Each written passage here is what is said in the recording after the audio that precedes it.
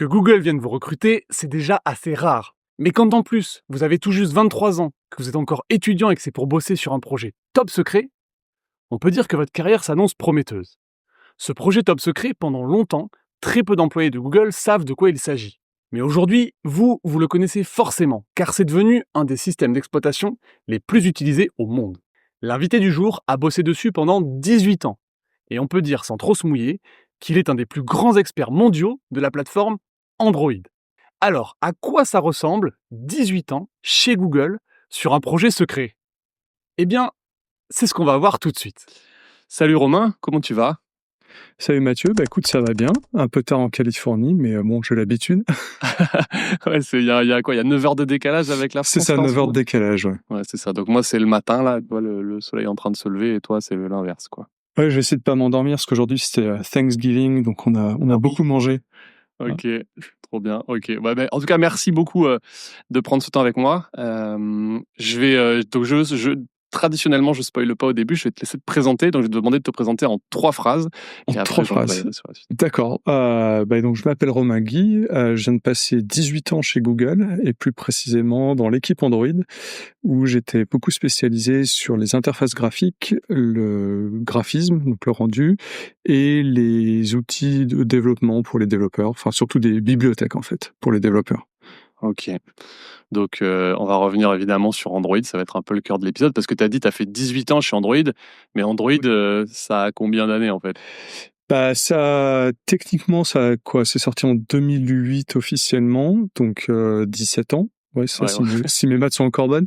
Mais ça existait avant que j'arrive chez Google, en fait. Ça existait depuis, je sais pas, 1 an et demi, 2 ans, quelque chose comme ça. Ouais, donc tu as quand même à peu près toute l'histoire d'Android, quoi. Tu as vécu de J'ai toute l'histoire, l'intérieur. voilà. J'étais là avant qu'on sorte Android 1.0, donc j'étais là au début. Et en fait, j'ai rejoint Google, et Android était encore un projet secret en interne chez Google quand je suis arrivé dans l'équipe.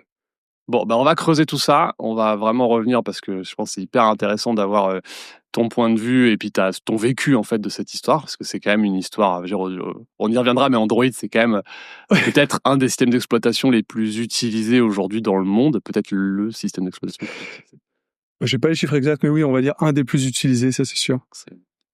Et ben avant de partir là-dessus, j'aimerais bien savoir toi comment t'as commencé, comment t'es tombé dans la tech, c'est quoi un petit peu tes premiers souvenirs? Ouais, alors en fait, moi j'ai eu de la chance parce que mon père travaillait dans l'informatique. Alors lui-même était pas ingénieur ou quoi que ce soit, mais il travaillait dans des boîtes d'informatique en France, et donc il ramenait à la maison son laptop du bureau. Donc c'était quoi, début des années 90. Donc on parle d'un 486 avec un écran affreux, 2 mégaoctets de RAM. Et donc ça m'a permis de m'initier en fait. Et depuis, évidemment en commençant par les jeux, fallait trifouiller, etc. Puis au fur et à mesure, je me suis mis à la programmation. Et donc j'ai vraiment eu cette chance de pouvoir m'y mettre assez tôt. Très tôt. Et à l'époque, c'est quoi le système d'exploitation? C'est MS-DOS ou c'est d'autres choses? C'était MS-DOS, il y avait Windows 3.1. Ok. Ouais, ça c'était du Windows 3.1 quand j'ai commencé, mais la plupart des choses se faisaient sous MS-DOS, que les jeux déjà tournaient pas sous Windows. Et puis certaines applications, je me souviens, je m'étais mis à faire du rendu 3D. Alors il y avait une application qui s'appelait Povray, où il fallait en fait programmer les scènes. Tu avais un langage de scripting pour programmer les scènes. Et donc tu lançais ton rendu, ça prenait des heures, mais comme DOS c'était pas en multitasking, tu laissais ta machine jusqu'à ce que ce soit fini, et là tu te rends compte que t'as foiré un truc, et tu recommences. Trop bien. Et du coup, il y avait du rendu graphique, mais ça se commandait en ligne de commande MS-DOS. T'avais pas d'interface. Non, c'était en ligne de commande. Alors il y avait des applications qui utilisaient la souris, par exemple les jeux, etc. Mais c'était beaucoup d'interfaces texte, et puis effectivement beaucoup de lignes de commande. Et puis il fallait absolument connaître le système. Un truc tout bête, mais ceux qui ont connu cette époque, par exemple, j'avais c'était un jeu une simulation d'avion, une simulation de F-14, et pour pouvoir avoir assez de mémoire pour lancer le jeu, il fallait que je fasse une disquette de boot spécifique qui déchargeait des drivers Ah pour ouais. pouvoir lancer le jeu correctement. Ouais, mais du coup c'était pas mal parce qu'en fait ça forçait à apprendre un peu comment marche un ordinateur. Et du coup c'est pour ça que je pense que beaucoup de gens à cette époque, si tu jouais sur PC, tu t'es un peu PC ou Atari ST, Amiga, tu te mettais un peu à la technique parce que tu étais obligé. Un autre exemple dont je me souviens, il y avait cette application qui s'appelait Game Wizard 32, je crois bien. Et c'était une application que pendant que tu jouais à un jeu, tu pouvais appuyer sur une touche, l'application en mode texte, se mettait par-dessus le jeu. Et là, tu pouvais lui demander de chercher des valeurs en mémoire. Donc tu sais, tu voyais en hexadécimal toute la RAM. Et donc, par exemple, tu rentrais, je sais pas le nombre de vies que tu avais, il te dit, bah voilà, tous les endroits où j'ai trouvé en mémoire ces adresses. Là, tu te remets à jouer, tu perds une vie. Tu dis, OK, dans les adresses précédentes, vas-y, cherche maintenant la nouvelle valeur. Et donc, j'ai appris l'hexadécimal, par exemple, comme ça. OK. Alors, en patchant la RAM de mes jeux, Trop bien. pour pouvoir tricher. Donc c'était une espèce d'outil de reverse engineering un peu live, en gros, c'est ça? Un peu, ouais, c'est ça. Et donc, mais bon, c'était assez normal à l'époque. Donc, on apprenait les choses, quoi. Ouais, OK. Et comment tu te mets à programmer, du coup? C'est via les jeux ou? Alors c'était via les jeux. Alors moi c'était un peu, c'est complètement abscon comme histoire, mais c'était un 31 décembre. J'étais chez des amis de mes parents. J'avais quel âge à l'époque? Je devais avoir, je sais pas, 14 ans, quelque chose comme ça. Et je m'ennuyais à mourir.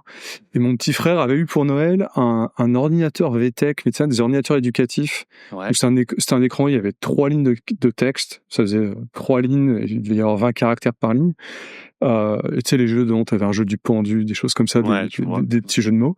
Mais en fait, il y avait un interpréteur basique dedans. Et en lisant le manuel, j'ai vu ça, donc je me suis dit, bah tiens, je vais apprendre à programmer sur mon écran de 3 lignes. Et je me suis mis à programmer un petit jeu d'aventure. Mais le problème, c'est que au bout de, je crois, une soirée, j'avais rentré plus de code que ne tenait dans la mémoire de la machine. OK.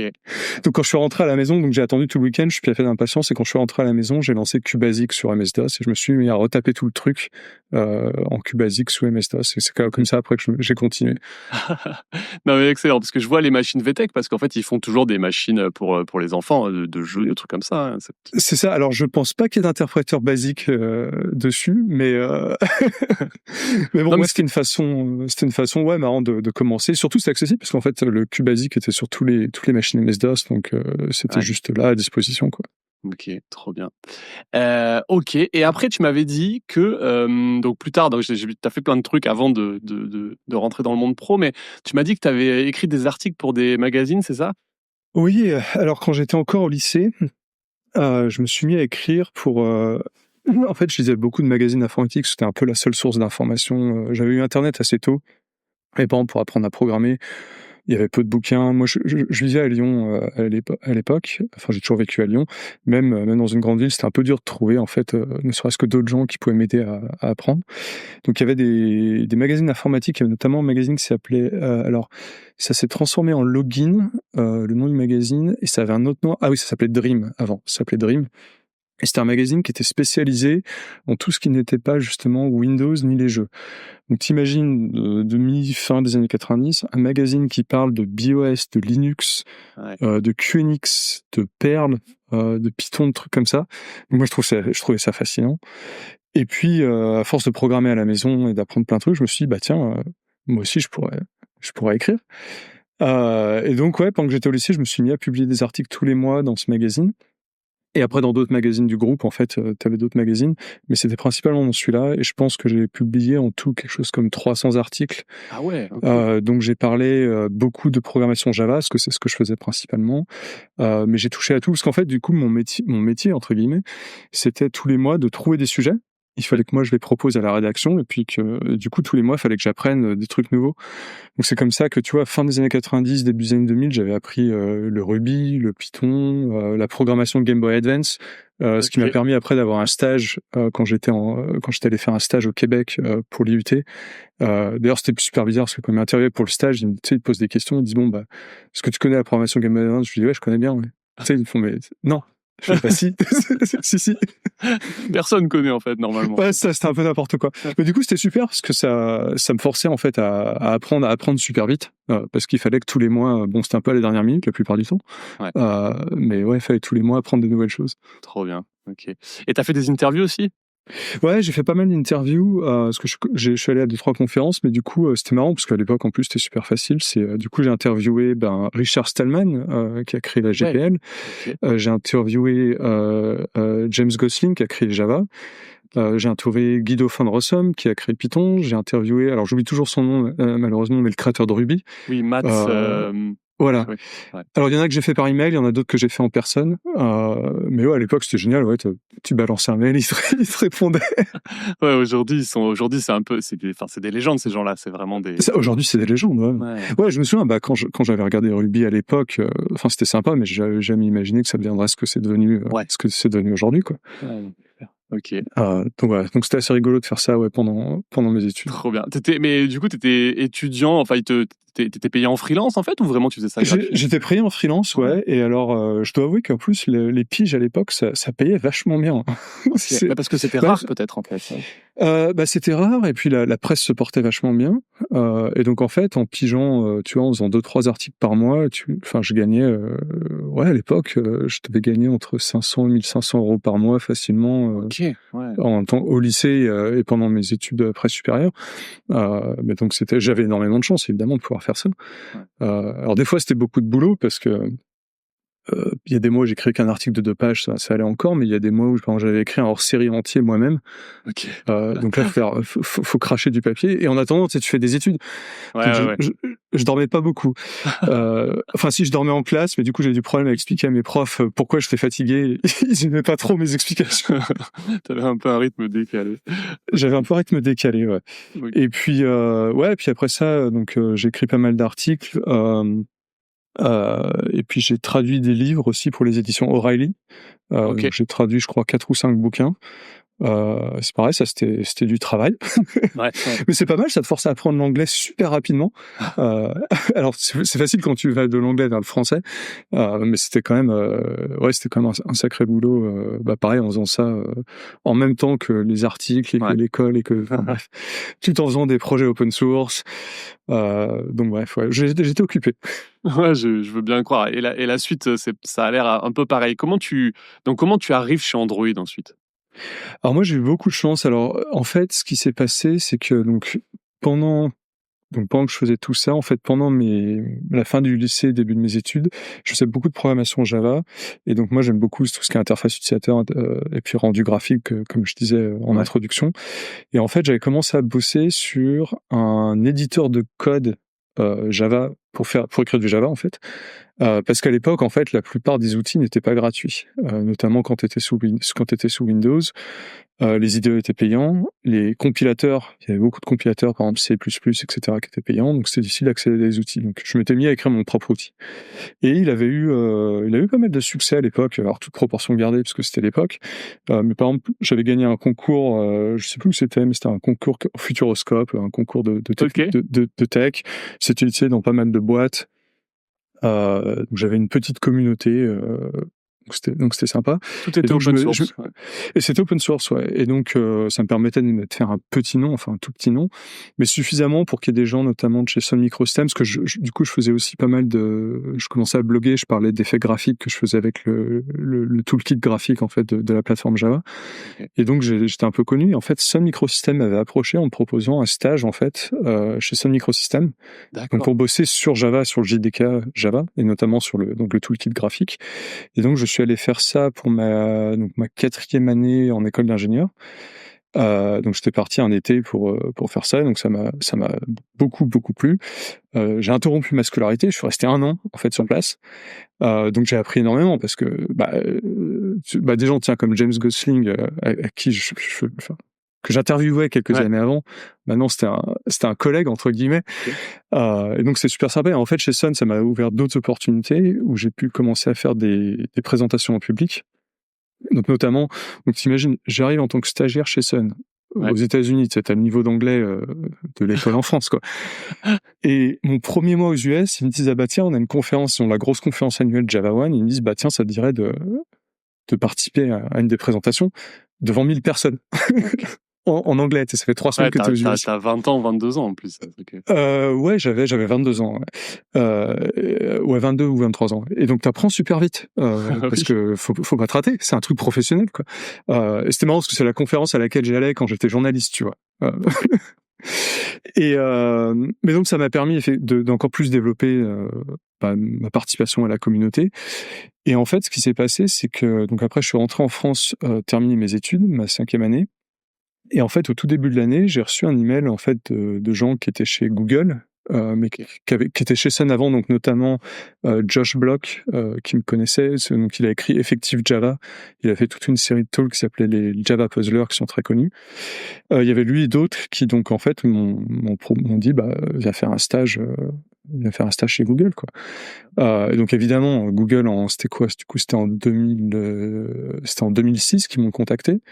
donc tu dis pas non à Google, Bah non. Google en 2006.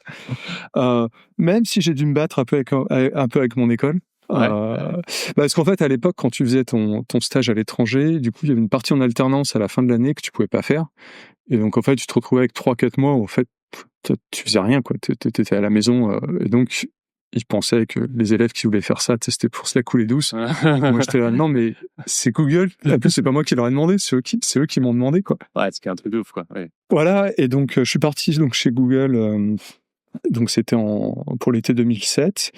Et en fait, ce que Google fonctionnait comme ça à l'époque, tu sais, tu choisis pas sur quoi tu vas bosser. Enfin, tu choisissais pas à l'époque la team sur laquelle tu allais bosser. Et je me suis retrouvé en fait chez Google Books, donc le projet, tu sais, qui scannait des bouquins pour les numériser. Et je faisais un projet, je sais plus ce que c'était, mais c'était un rapport avec de l'email, mais en fait c'était un projet un peu pas en sous-main, mais c'était un projet un peu perso du manager de cette team. Et donc, au bout d'une semaine, déjà, je me disais, non, mais, C'est pas c'est ça, pas ce que je veux faire. Voilà, non, pas ça, quoi. Heureusement, les gens qui m'avaient proposé de venir m'avaient dit, t'inquiète, on va s'en occuper. Ils pouvaient pas me dire, sur quoi ils bossaient, parce que c'était Android. Et donc, ils m'ont dit, bah, écoute, fais-nous confiance, mais ça va te plaire. Okay. Et je me suis retrouvé, en fait, le premier stagiaire, sur l'équipe Android. C'était une toute petite équipe à l'époque. Et donc, ce qui est fou, c'est qu'en fait, ils viennent te chercher parce que les gens qui te connaissent ont une idée en tête déjà pour toi, parce qu'ils savent ce que tu sais faire sur Java, etc. Et en fait, les processus de Google fait qu'en fait, t'es dans la machine Google, t'es embauché, et au début, t'es un peu mis random là où il y a du besoin. Et petit à petit, on fait jouer les pions pour que tu viennes dans la bonne équipe. Ok, c'est incroyable. Ouais, du coup, ça faisait bizarre parce que tu sais, t'es stagiaire, tu débarques et tu dis alors, tu vas voir ton manager, tu dis alors attends, j'aime pas ce que je fais, mais il y a des mecs qui vont tirer du 7-7, tu te sens... Je me sentais vraiment comme un connard. Mais bon, heureusement que ça s'est passé comme ça. Et du coup, je suis éternellement reconnaissant, tous ces gens, tu vois, chez Sun, chez Google, etc., qui m'ont donné ces opportunités. Bien sûr, j'ai beaucoup bossé, j'ai fait plein de trucs, mais sans eux... Oui, ils t'ont donné le premier petit coup de pouce, quoi. Après, ouais, je pense que c'est le cas. Tous les gens qui réussissent, quelle que soit la manière dont tu définis une réussite, il y a une grande partie c'est toi, mais il y a une grande partie aussi c'est des opportunités, de la chance, des contacts. Donc c'est entouré. Il y a deux trucs. Il faut montrer ce que tu sais faire, ce que tu avais fait, et après il faut que les gens autour de toi le valorisent et puis te donnent ta chance et trouvent les moyens. Ça, mais du coup c'était sympa parce que ça arrivait très tôt pour moi dans ma carrière, avant que je commence ma carrière en fait. Ouais. Du coup, même sans t'en rendre compte à l'époque, sans m'en rendre compte à l'époque, t'apprends directement que en fait avoir des contacts, garder des relations, c'est super important, c'est utile, et du coup après tu rends l'appareil parce que moi on m'a donné ces chances-là, je veux faire la même chose pour les autres, quoi. Ouais. C'est normal. Et alors à quoi ça ressemble Android à ce moment-là, où c'est un projet secret, où c'est une toute petite équipe? Alors ouais, donc c'est un projet secret en interne, on n'a pas le droit de dire aux autres employés de Google sur quoi on travaille. Okay. Alors du coup, c'était marrant parce que je vais te faire une petite anecdote, mais à la fin de l'été, je suis retourné en France, donc obtenir mon diplôme. Il fallait faire une soutenance de fin d'études. Mais du coup, j'avais pas le droit de dire sur quoi j'avais bossé, puisque même les employés de Google savaient pas sur quoi je bossais. Donc j'essaie d'expliquer ça à mon école, ils me disent non, il faut absolument que tu nous dises quoi faire. Je dis mais je vais pas dire à Google que mon école en France veut que je dévoile un secret industriel. T'imagines. Donc en fait, alors maintenant je pense qu'il y a prescription, mais j'ai menti. J'ai fait une présentation. Alors un peu en relation, j'ai dit que j'avais bossé sur du mobile et sur des interfaces graphiques.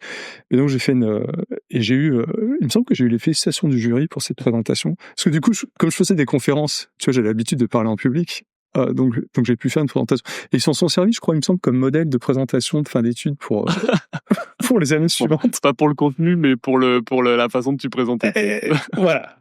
Mais bon, c'est communiquer, quoi. Ouais. Et donc... donc à quoi ça ressemblait en fait? Ça ressemblait un peu à ce qui est sorti d'une certaine manière, mais le device sur lequel en fait on travaillait quand j'ai rejoint l'équipe était pas celui qu'on allait shipper.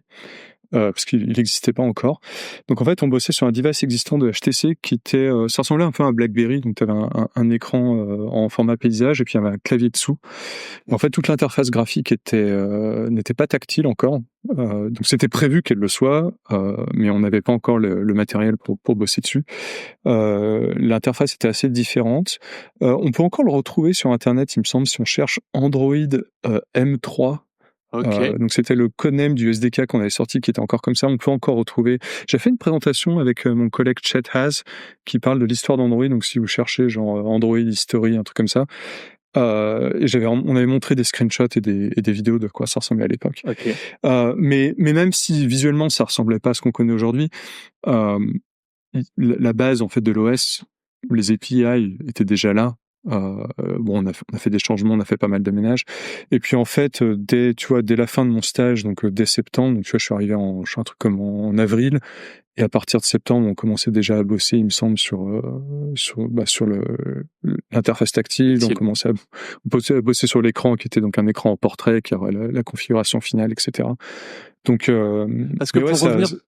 pour revenir sur l'ambition de Google derrière, le fait que ce soit un projet secret, où en est l'iPhone à ce moment-là? Tu vois, c'est quoi l'état du marché du mobile? Alors, ouais, l'iPhone avait été annoncé début 2007, si je me souviens bien. Et donc, moi, j'ai rejoint Android donc avril 2007.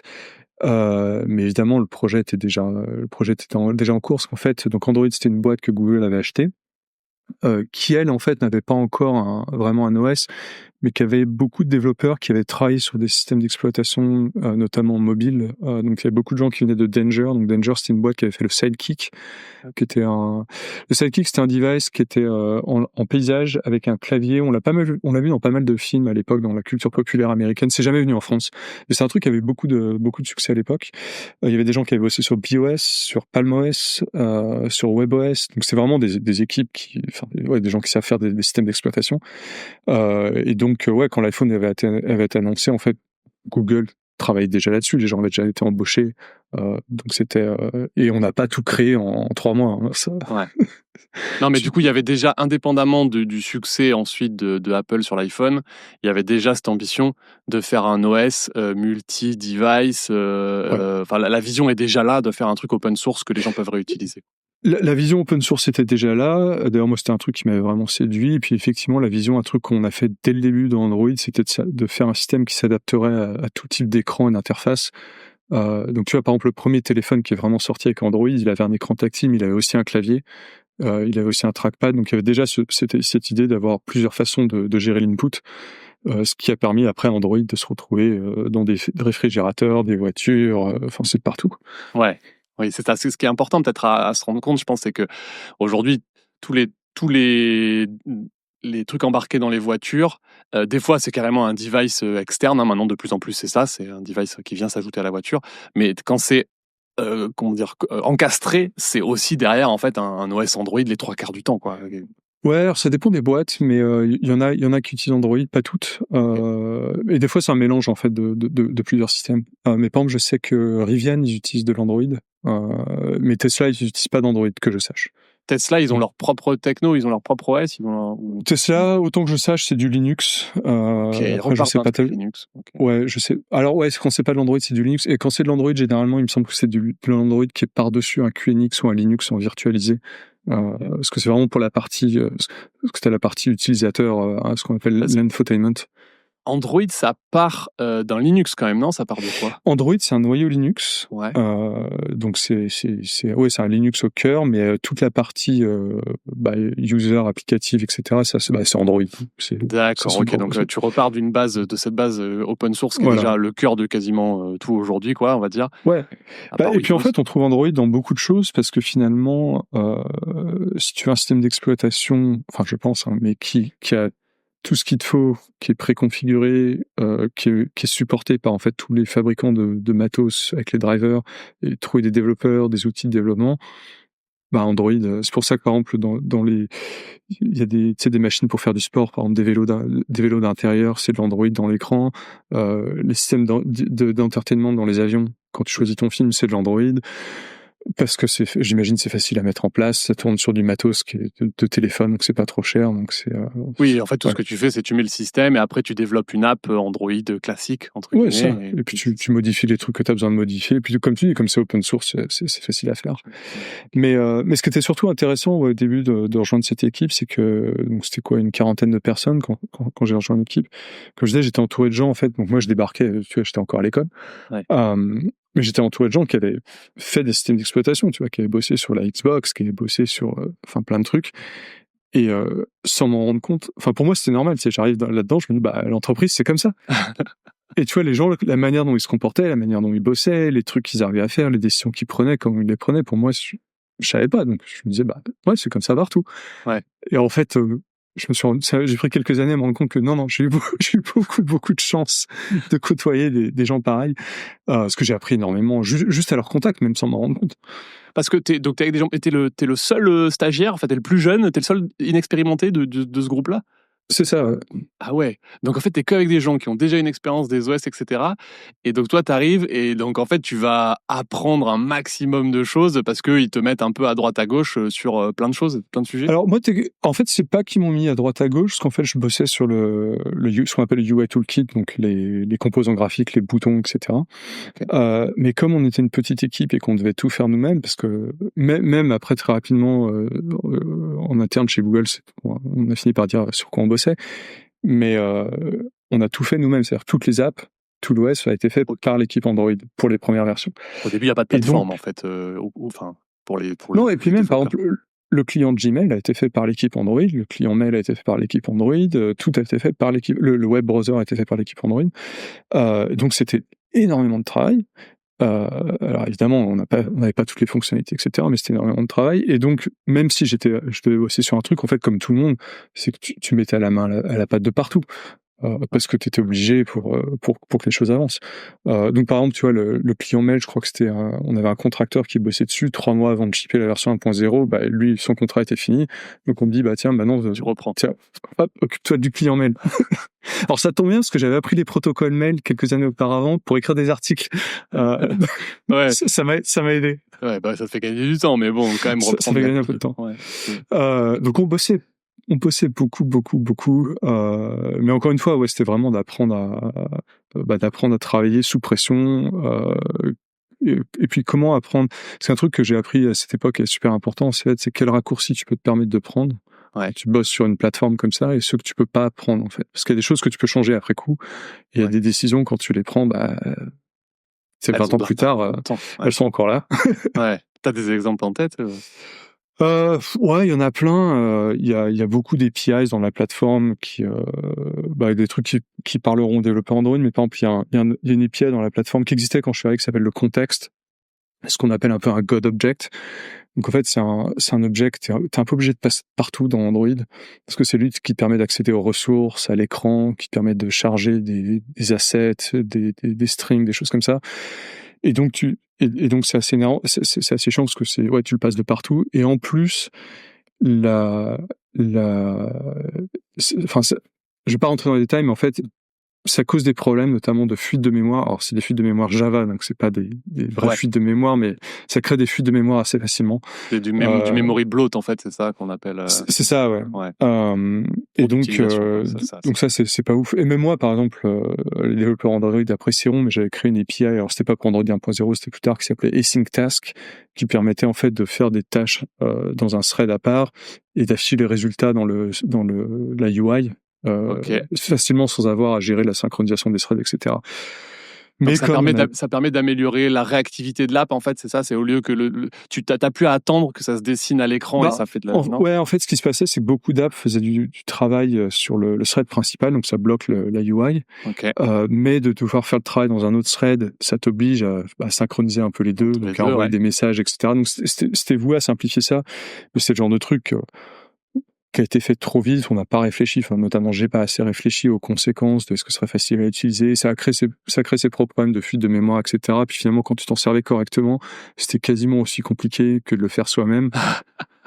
Et donc c'est devenu une sorte de blague dans la communauté Android d'un truc qui est naze, et c'est le genre d'erreurs qui ont été faites dans la plateforme. Il y en a plein d'autres, d'ailleurs c'est pareil pour n'importe quelle plateforme suffisamment grosse. Mais celle-là, du coup, si on revient sur celle-là, pourquoi l'erreur, c'est quoi? C'est justement parce qu'on n'a pas pris le bon raccourci, c'est-à-dire en fait il fallait penser plus longtemps parce que ça allait vraiment être utilisé, et en fait on n'a pas pris le temps, ou on n'a pas eu le temps. C'est ça, et puis c'était un truc qui était pas qu'on n'a pas assez utilisé nous-mêmes en interne. On n'a pas eu pas assez de recul en fait. Pas assez de recul, c'est ça. Et c'est des leçons qu'on a appris au fil des années, et notamment sur mes dernières années chez Google, je bossais dans ce qu'on appelle l'équipe Android Toolkit, en fait, qui est en charge de Jetpack. Donc Jetpack, c'est une bibliothèque, une bibliothèque de bibliothèques. Donc tu as quelque chose comme 200 bibliothèques qui servent à faire la base de données, donc le toolkit, le UI toolkit est dedans. T'as des trucs de compatibilité, t'as des trucs pour gérer le Bluetooth, des trucs pour gérer, pour gérer un peu tout et n'importe quoi. Mon équipe faisait pas toutes les bibliothèques de Jetpack. Il y en a certaines qui étaient faites par d'autres équipes, mais nous on était en charge. En fait, on était une sorte de plateforme pour gérer et lancer ces bibliothèques. Et en fait, justement, c'est un truc sur lequel on se focalisait beaucoup. On avait tout un process pour s'assurer que les API sortent et aient une certaine qualité. C'est pas toujours parfait, mais par exemple, on imposait donc des systèmes de review. Donc c'est pas juste des codes review, mais aussi des reviews des API qui sont faites à part par des gens qui sont vraiment spécialisés là-dedans. Ouais. Donc des gens qui les utilisent ou juste des gens qui sont très bons en développeur experience des API C'est des gens qui sont très bons en développeur experience. Quelque chose qu'on faisait pas mal quand on pouvait, parce qu'on pouvait pas le faire pour toutes les API, mais on faisait des recherches utilisateurs sur les API. On faisait ça surtout pour les gros trucs. Mais là, c'est vraiment comme des recherches utilisateurs. C'est tu choisis, tu prends 40 développeurs, tu leur donnes de la doc et des API, tu leur dis essaie de faire tel truc, et tu les regardes comment ils font, s'ils galèrent, sur quoi ils galèrent, tu leur poses des questions. Ok, hyper intéressant, ouais. Ouais, non, ça c'est super intéressant. Et par exemple, tout le système de versionning aussi qu'on faisait que Jetpack fait encore sur les bibliothèques est intéressant, parce que par exemple, une alpha dans Jetpack, ça veut pas dire que c'est pas stable, ça veut dire que les API ne sont pas stables. D'accord. En fait, nous on considérait qu'on était toujours stable au sens ça va pas casser, ça va pas cracher dans tous les sens. Oui, tu shippes pas un truc qui va casser, quoi. Ouais. Voilà. Mais par contre, alpha, ça veut dire, on est en train d'essayer de façonner ces API. Donc, entre l'alpha 2 et l'alpha 3, ça se trouve, on va changer d'avis. Donc, ça va changer. Après, si toi, tu utilises, ne fais pas un code trop cristallisé autour de ce format d'API parce qu'il va peut-être complètement changer. Ou alors, attends-toi à ce que ça change. Et ensuite, dans bêta, ça veut dire, on pense que les API sont bonnes, mais on va peut-être en changer, mais on va vraiment éviter ça à tout prix. Et puis après, tu passes donc dans les versions stables où là, l'API elle est figée et on la garde longtemps, quoi. Forever dans Forever, Jetpack. Okay. Ouais, parce que quand t'as des millions de développeurs. Ouais. Non, mais t'as un souci de rétrocompatibilité fort, quoi, en fait. C'est ça. Voilà, c'est ça. Oui, puis surtout, en fait, c'est ce que tu as ce que tu disais tout à l'heure, tellement de plateformes différentes, etc., qu'en fait, si tu changes une API, tu vas casser tellement de trucs à droite à gauche que tu peux pas te le permettre. Ouais, c'est dur. Et Android lui-même essaie de faire ça. Alors des fois ça rate, des fois il y a des erreurs, des fois il y a des changements qui sont contrôlés. Par exemple, il y a des API qui ont peut-être changé de comportement, mais il y a un moyen de savoir si c'est le cas. Mais c'est difficile, ouais. Et de bosser sur Android, justement, c'était intéressant parce que ça m'a donné, j'ai un respect infini pour les équipes de chez Microsoft qui bossent sur Windows. Parce que le niveau de compatibilité de Windows, alors c'est pas parfait, mais tu peux trouver des vidéos sur YouTube où les mecs ils partent de MS-DOS, ils installent jusqu'à Windows 11, tu sais, en upgradant à chaque fois et en réinstallant les mêmes apps, et les apps elles marchent. Ouais. Alors oui, ça fait il y a des coins avec des API un peu pourris, etc. Mais il n'empêche que si ton business dépend de ça. Ouais. C'est bien que ça te casse pas dans les mains. Oui, mais c'est vrai qu'il y a une contrepartie à ça. Souvent, c'est sur la partie sécurité, en fait. C'est-à-dire que souvent, quand tu as designé des trucs il y a très longtemps et que tu les gardes longtemps dans le temps, des fois, en fait, tu traînes avec toi un historique qui peut avoir un impact sur la sécurité de ton... Alors parfois, ouais. Parfois, tu as l'inverse, où justement, c'est des trucs qui ont été tellement verrouillés, vérifiés, qualifiés, etc., que quand ils sont stables, en fait, c'est bien, parce que tu sais que il marche, quoi. Il marche, ouais. Alors que les trucs nouveaux, on sait pas ce qu'on sait pas, quoi. Ouais, il n'y a pas assez de recul, ouais, non, c'est clair. Il n'y a pas assez de recul, ouais. Okay. Je voulais parler de... on a fait des détours par plein de trucs, mais un peu le pire souvenir de ta carrière chez Android, c'est quoi? Ouais, alors en choisir un, qu'on s'entende bien, je regrette absolument aucun moment de ma carrière, mais c'est vrai qu'il y a eu des moments, où on a galère, au sens où on bossait vraiment énormément. Le pire, je pense, pour une certaine définition de pire, c'est quand on bossait sur la première tablette Android, donc c'était pour Android 3.0. En fait, à cette époque-là, la couche graphique d'Android qui était dans les apps était encore en software. Donc c'était le CPU qui faisait tout le travail.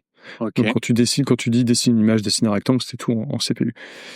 Et donc cette tablette, elle était en 720p, ce qui était une résolution plus élevée que les téléphones qu'on avait à l'époque.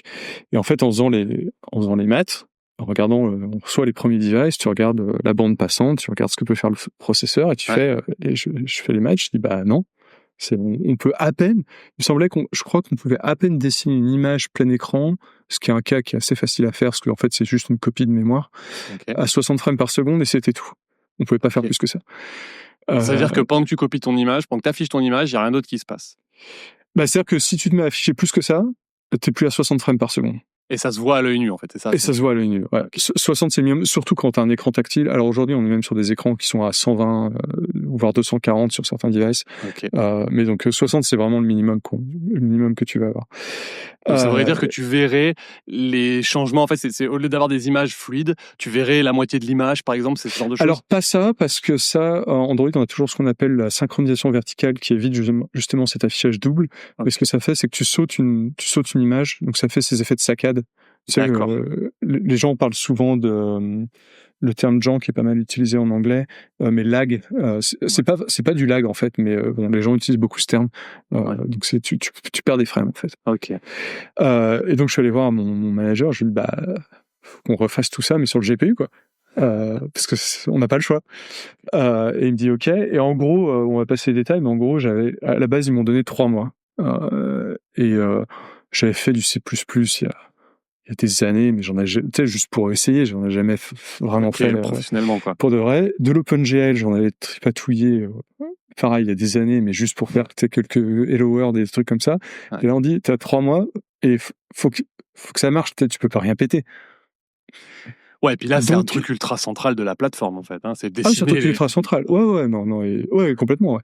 Et donc, j'ai passé... alors, j'ai eu de la chance que le reste du projet a pris du retard. Donc, au final, j'ai eu 6 mois. Ça n'a pas suffi, parce que ça a pris des années pour finir le travail.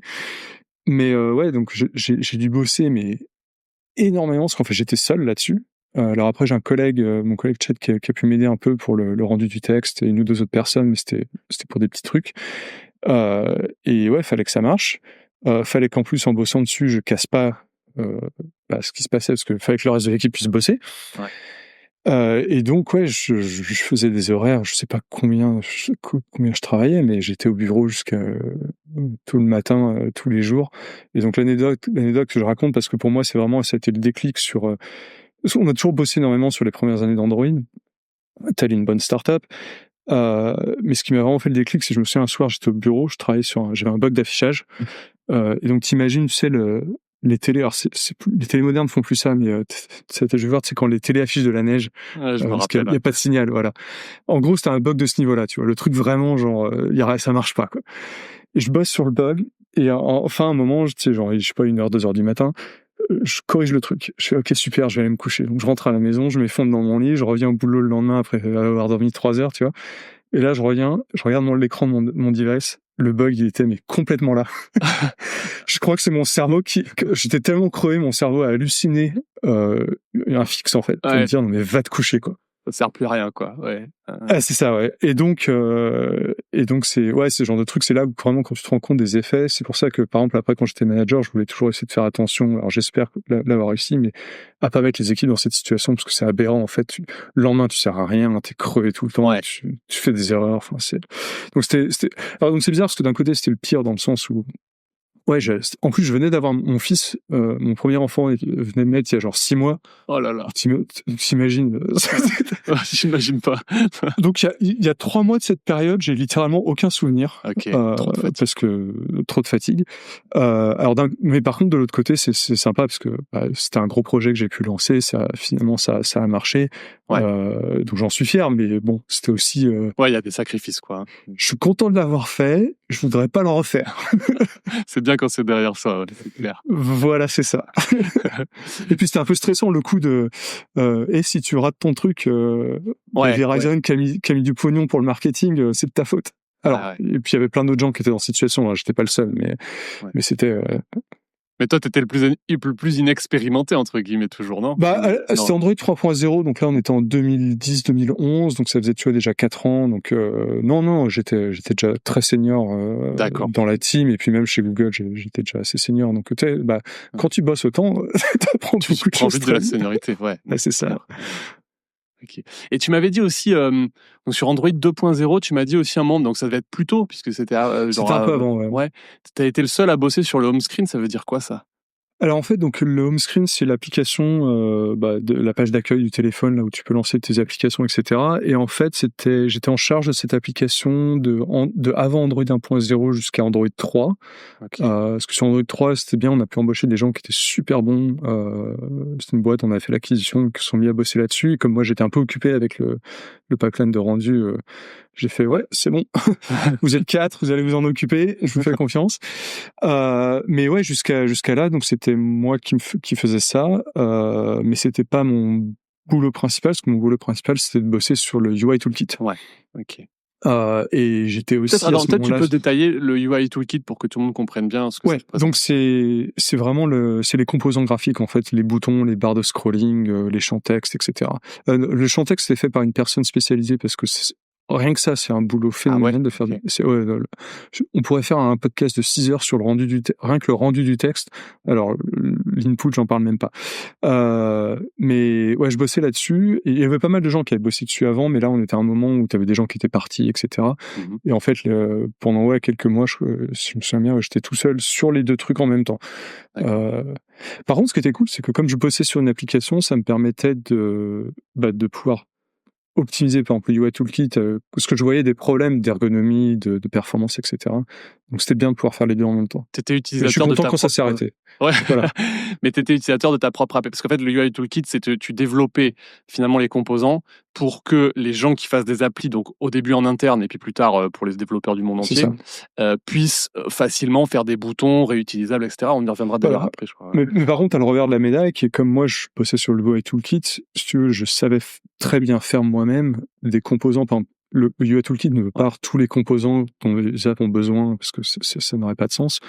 Et donc, notamment l'écran d'accueil, qui est un truc assez spécial, j'avais fait pas mal de composants spécialisés pour des raisons de performance, tout simplement parce que, tu sais, le pouvoir, t'as des grid icônes où tu peux faire du drag and drop, etc. C'est pas des trucs standards. Qui sont dans les apps, ouais. Voilà. Et donc, pour moi, c'était facile. Donc, la partie sur laquelle je passais un peu à côté, c'est que je me rendais pas compte que pour des développeurs d'applications, je vais dire normaux, mais donc, qui n'étaient pas dans mon cas, c'était pas aussi évident de pouvoir faire des choses comme ça, custom. Et si je m'en étais rendu compte un peu plus tôt, je pense qu'on aurait fait plus d'efforts dans les API pour qu'elles soient plus faciles. T'étais pas un bon cobaye pour la développeur experience, en fait. Par certains endroits, oui, et dans d'autres endroits, non. Ouais. Non, mais c'est souvent entre guillemets, la problématique quand tu utilises tes propres API, parce que t'es expert, quoi. Ouais, c'est ça. Et donc ça, c'est marrant, parce que c'est des trucs où des années plus tard, donc, on a créé un nouveau UI Toolkit. Je me souviens plus quand on l'a annoncé, mais c'était 2021, un truc comme ça, 2020, qui s'appelle Jetpack Compose, qui est en fait donc la nouvelle génération de UI Toolkit pour Android. Et donc les gens ont beaucoup tourné, mais il y a 2-3 personnes comme moi qui étaient dans l'équipe depuis très longtemps, et justement on a voulu, en apprenant de ces erreurs, en se disant ok, quels sont les problèmes qu'on a vu les développeurs rencontrer, qu'est-ce qui est difficile à faire, qu'est-ce qu'on va pouvoir simplifier. Et on n'a pas tout réussi, mais globalement, je pense qu'on a atteint nos objectifs. Et c'est marrant parce que ça fait juste, je vois un rapport entre plusieurs trucs que t'as dit là depuis le début de l'épisode. C'est, t'as déjà ce truc de, faut faire un OS, et on prend plein de gens qui ont déjà fait des OS, donc PalmOS, etc. Là, c'est pareil, en fait, le toolkit, il faut le refaire. Et du coup, ce qui est quand même intéressant, c'est ces itérations. C'est-à-dire qu'avant de faire un truc bien, souvent, il faut le faire plusieurs fois. Tu vois, avant que ça devienne un truc vraiment, non? Oui, non, complètement. Et puis, un autre truc qui est important, par exemple, qu'on a fait sur le Jetpack Compose, c'est que je me suis peu impliqué dedans techniquement. Enfin, déjà, moi, en fait, mon job, c'est je manageais les équipes. Ouais. Mais je voulais pas m'impliquer dedans, tout pour la simple et bonne raison que, comme ça faisait, 15 ans que je bossais sur le toolkit existant, j'avais un peu peur de pas me rendre compte de quels étaient mes blind spots. Tu vois, de refaire des trucs mal, tout ça, parce que j'ai une façon de faire les choses, j'ai l'habitude, tu vois. Donc, par contre, je pouvais quand même apporter à l'équipe en disant, bah non, en parlant à des développeurs depuis 15 ans, voilà, il y a ça et ça qu'il faudrait qu'on fasse mieux. Crois-moi, ce composant-là, tu vas rencontrer tel problème, tu vas avoir ce problème de performance, tu vois, tu peux quand même aider. Mais ce qu'on a fait pour le Jetpack Compose, ce qui était intéressant, c'est l'équipe a grossi et on a embauché pas mal de personnes qui n'avaient pas d'expérience Android. On a embauché des gens qui avaient des expériences, tu vois, iOS, web, etc., pour justement avoir d'autres points de vue.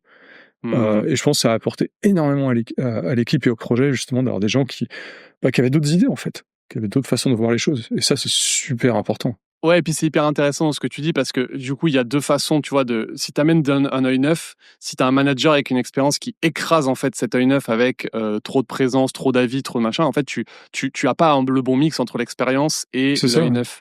Et donc, si tu laisses émerger le truc et que tu viens plutôt corriger en disant ça, crois-moi, je suis sûr, je t'explique pourquoi, c'est là que tu tires vraiment l'amélioration des deux aspects. Ah oui, non, complètement, tu as absolument raison. Et en fait, en rétrospect, du coup, je me suis rendu compte que, pareil, moi, quand je suis arrivé sur Android, comme je venais d'un monde différent, tu vois, du desktop plus que du mobile, etc.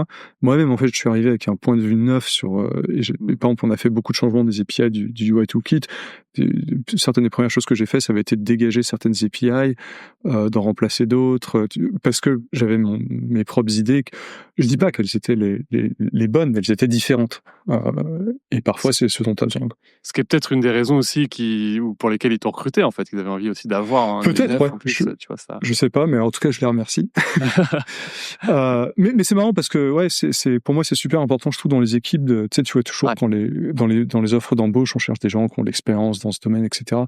Et moi, j'aime beaucoup, notamment, par exemple, chez Google, chez Android, que c'est pas grave. Enfin, ce qui compte, c'est que tu saches apprendre, que tu aies envie de faire les choses, que tu vas écouter, que tu es quelqu'un avec qui tu peux travailler. Au contraire, je trouve ça mieux, justement, que tu aies des idées neuves et différentes.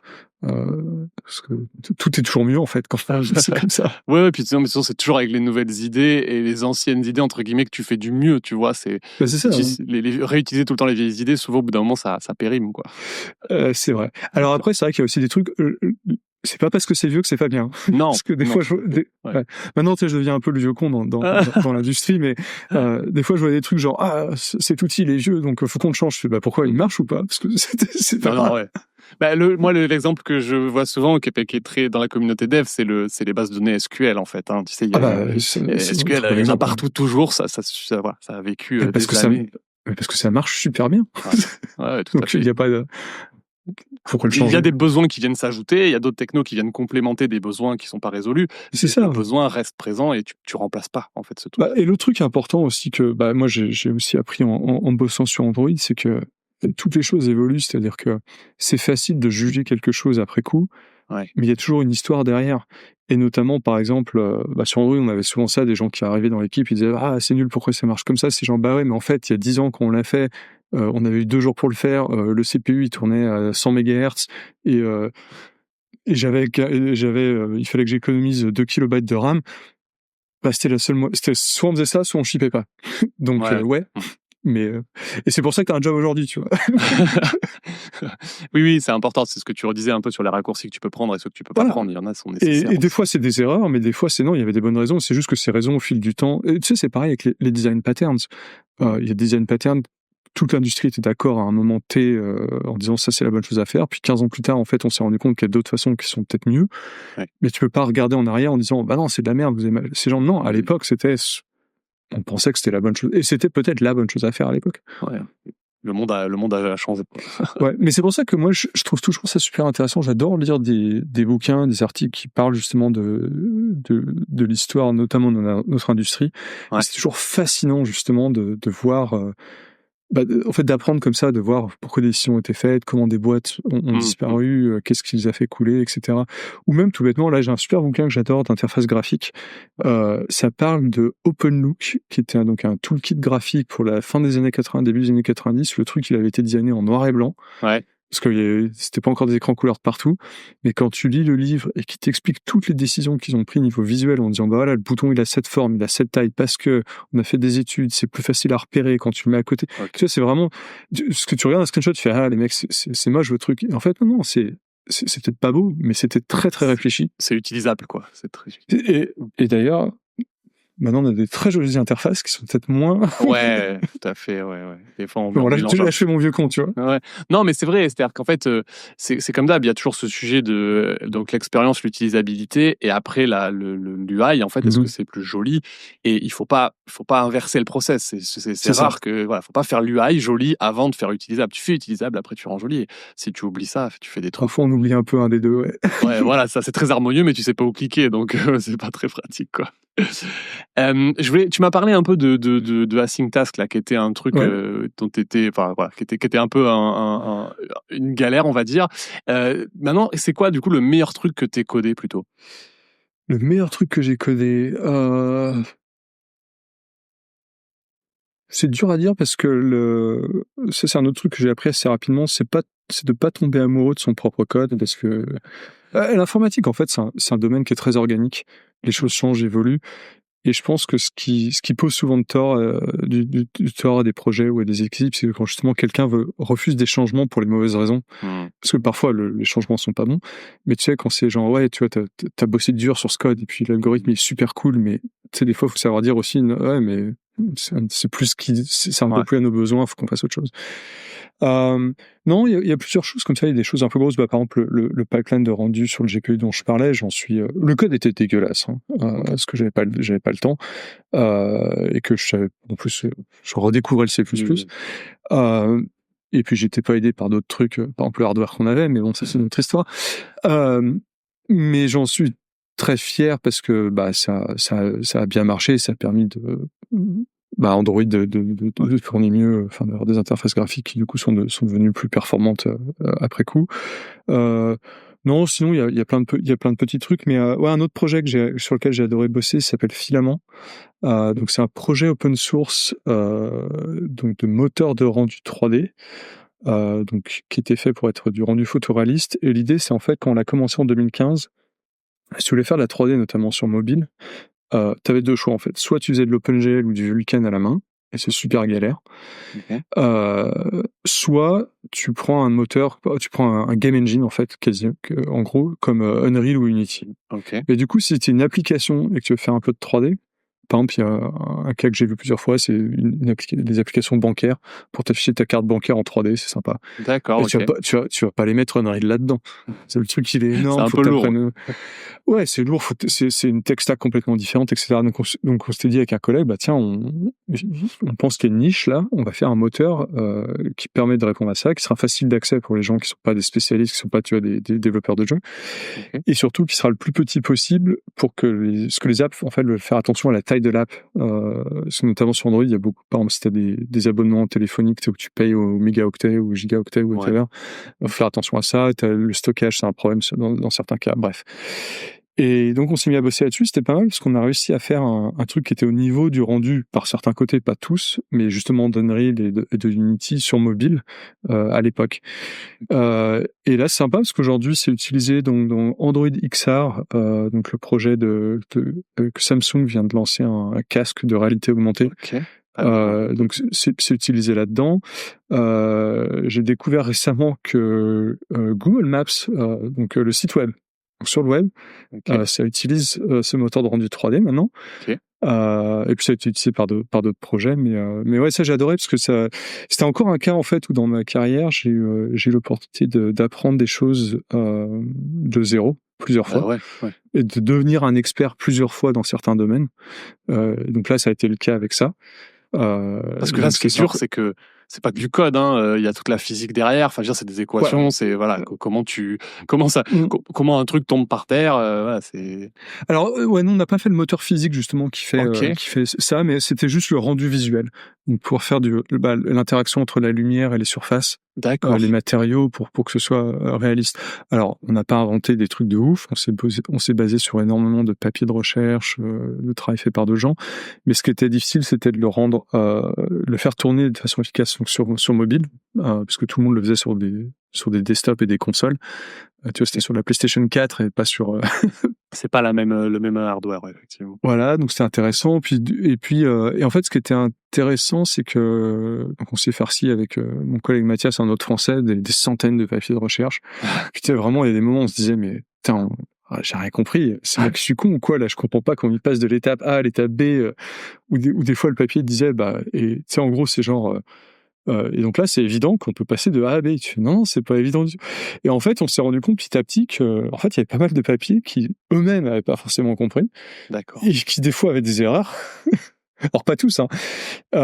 Et donc un des trucs dont je suis fier, en fait, c'est même pas le code, c'est on a fait une énorme documentation, on s'est dit: «OK, on va tout remettre à plat, déjà pour nous», parce que tu sais, c'est un peu l'idée de si on peut l'expliquer, ça veut dire qu'on l'a compris. Mmh. Et on s'était dit aussi, ça pourrait être super intéressant à d'autres, si jamais, ils voulaient faire la même chose, que, on puisse leur dire: «Bah, là», tu vois, nous, on s'est assuré, en tout cas avec notre niveau, on s'est assuré qu'on a enlevé les erreurs, on a mis toutes les étapes, heu, chaque fois qu'il y a un raccourci qui est pris, une approximation qui est faite, on explique pourquoi. On dit pourquoi on a choisi cette approximation, tu vois, pour vraiment dire: «OK, on a fait des choix». C'est pas, parce que des fois Non, mais c'est pas tout le monde devrait le savoir et si vous avez compris, débrouillez-vous pour ouais, comprendre, parce que quoi. des fois, tu sais, c'est vraiment: «Ouais, bon, là, ouais, c'est pas la vraie équation, mais c'est ce qu'on a fait», tu vois? «Mais pourquoi? C'était quoi la raison? Explique-moi, s'il te plaît». Et puis après, tu as aussi beaucoup de papiers, par exemple, entre ce qu'ils disent dans le papier et la réalité, c'est-à-dire que l'équation marche, mais soit elle est pas assez rapide, soit il y a des cas qui marchent pas. Ouais, Mais OK. clairement, tu le vois, par exemple, il y a des jeux qui font beaucoup ça, mais quand tu vois le jeu, tu dis: «Mais vous avez réussi à le faire marcher, donc vous avez fait quelque chose entre les 2, ce serait sympa de nous dire». Mais généralement, c'est là où tu fais les trucs justement un peu, Un peu je rajoute une constante magique, je ouais, trifouille un peu l'équation, tu vois? Et ça, les gens en parlent pas alors que c'est pas grave, on va pas oui. te juger, quoi. Non, mais c'est juste que c'est peut-être moins intéressant d'un point de vue scientifique pour la littérature. Par contre, c'est très intéressant d'un point de vue ingénieur, peut-être, non? Ouais, mais justement, je trouve que ça manque, c'est ce côté, et parfois je pense que, notamment pour les gens comme nous qui viennent pas du monde de la recherche, Mmh. tu sais, tu veux publier un papier et faire regarder, nous on a fait un truc scientifique et donc tu caches un peu le côté, ce qu'on appelle practitioner, donc la mise en pratique. Moi, je trouve que c'est tout aussi fascinant parce que justement de pouvoir dire: «OK, voilà les problèmes que nous on a rencontrés, comment on les a résolus». Ah ouais, j'ai pas inventé une équation, mais il y a du travail derrière et c'est bien de pouvoir aussi expliquer pourquoi on a fait comme ça et Ouais, puis c'est ça qui le rend vraiment utilisable, donc c'est quand même important, quoi. ouais, puis je pense aussi ça permet parce que tu sais, il y a beaucoup de gens, enfin, c'est normal, on a tous ça, mais tu sais, très souvent, tu vois des trucs comme ça, tu vois le papier avec des équations de ouf ou des algorithmes de malade, tu te dis: «Ah, je suis trop con, j'y arriverai jamais, c'est des génies». Mais non, c'est juste qu'eux, ils ont passé des heures et des heures à bosser là-dessus, puis au fur et à mesure, tu deviens un expert et cetera. Et donc je trouve ça important aussi de parler de ces détails, parce que ça montre que, ouais, personne n'a la science infuse, personne fait des trucs parfaits, c'est normal, Oui. faut arrêter de prétendre que Non, mais je trouve ça intéressant parce que c'est vrai que je trouve qu'on voit souvent, enfin, on voit du génie un peu partout parce qu'en fait, on ne maîtrise pas le domaine. Et en fait, il y a les gens, enfin, tu vois, entre guillemets, les vrais experts, ils ont cette humilité d'avoir compris que je suis pas un génie, j'ai juste beaucoup travaillé, je connais bien, et donc mais c'est ça. je vais pouvoir essayer de peut-être bien te l'expliquer aussi, mieux le transmettre. Mais des fois, il y a des gens, ça enlève un petit peu ce statut génial, tu vois, quand les autres comprennent. Donc Ouais, c'est un peu. et puis souvent c'est impressionnant parce que tu as un peu l'impression d'être au pied d'une montagne et de te dire, Ouais, «Merde, comment je vais arriver au sommet?» Et tu sais, il y a pas de secret, c'est, un pas à la fois. ouais, Et bon, tu en chies comme tout le monde, hein, même les meilleurs alpinistes du monde, ils en chient, c'est pareil. ouais, Mais c'est important parce que notamment je pense pour les gens qui commencent leur carrière, parce que, les seniors au bout d'un moment, ils se rendent compte de ça. Mais tu sais, on a tendance à beaucoup parler de nos succès, dans les boîtes on célèbre les launchs et cetera, quand on écrit un article, mais c'est bien de temps en temps aussi de parler. C'est pour ça que, tu vois, je parlais d'Async Task, c'est aussi bien des fois mmh, de dire: «Ouais, non, j'ai fait une connerie, j'ai fait un truc qui a pas marché», je sais pas, c'est utile. ouais, Et oui, oui. j'avais vu une super présentation, il y avait un jeu qui s'appelait sur PS4 qui s'appelait Dreams. Et j'avais adoré ce que le gars qui avait fait le moteur de rendu de ce jeu-là, il avait fait une présentation entière qui était: «Je vais vous montrer tous les moteurs de rendu que j'ai essayé de faire pour ce jeu et qui Ouais, ont pas marché». ouais, Et le mec, il te montre 20 façons qu'il a essayé et il s'est planté. Et c'est génial. Et parce qu'au passage, tu apprends des trucs. Mais c'est génial de bien voir un sûr. mec qui dit: «Bah, non, voilà, je suis pas tombé, sur ce truc-là, quoi». Oui, oui, oui, le succès, c'est pas un coup et ça marche. Souvent, c'est beaucoup de coups qui ont Non. pas marché, et je sais plus ce que c'est la phrase, mais l'important, en fait, c'est en force de réessayer, en fait, que tu réussis. Mais Je sais plus la phrase, il y a une phrase, c'est ça. Oui, et puis d'ailleurs, si on prend un peu de recul, notre industrie entière, quand tu vois tous les frameworks web, tous les systèmes d'exploitation, ouais. si on savait faire les choses parfaitement du premier coup, on recréerait pas sans arrêt les mêmes choses. C'est clair. C'est clair, il y en aurait un qui serait. Donc ouais, c'est important. Mais effectivement, mais je comprends tout à fait, parce que tu vois, notamment moi chez Google, jusqu'au dernier jour chez Google, quand tu es entouré de gens qui sont tous, des experts dans des domaines Ouais, différents que toi tu connais pas, et moi je me sentais con jusqu'au dernier jour chez Google, ouais, mais tout en sachant que c'est pas le cas. ouais. Mais voilà. Et puis surtout, il faut se rappeler que il y a beaucoup plus d'autres gens qu'il y a de toi. C'est-à-dire, toi, t'es un, eux, ils sont des millions. Non, mais il y a beaucoup plus d'autres expertises que celles que t'as toi, peut-être, en fait. Oui, c'est un et peu puis ça. Ouais. même dans un domaine dans lequel t'es bon, il y a beaucoup d'autres gens qui bossent dedans aussi. Donc forcément, t'as toujours une autre personne qui fera un truc cool, mais sauf que tu les vois un par un, et donc tu t'oublies que ce que tu vois, c'est la somme, en fait. Oui. Et donc tu te compares à une somme. Moi, j'appelle ça, c'est comme sur Facebook, t'as l'impression que tout le monde a toujours des vacances géniales sauf toi. Mais c'est genre, non, c'est juste que t'as peut-être 300 copains ou je sais pas combien sur Facebook, donc t'as toujours un qui est en vacances quand toi tu l'es pas, quoi. C'est ça, ouais. Oui, et toi, tout le monde est en vacances. Non, en fait, c'est juste. Non, c'est juste un à la fois. Ouais, c'est ça. Ouais, clairement.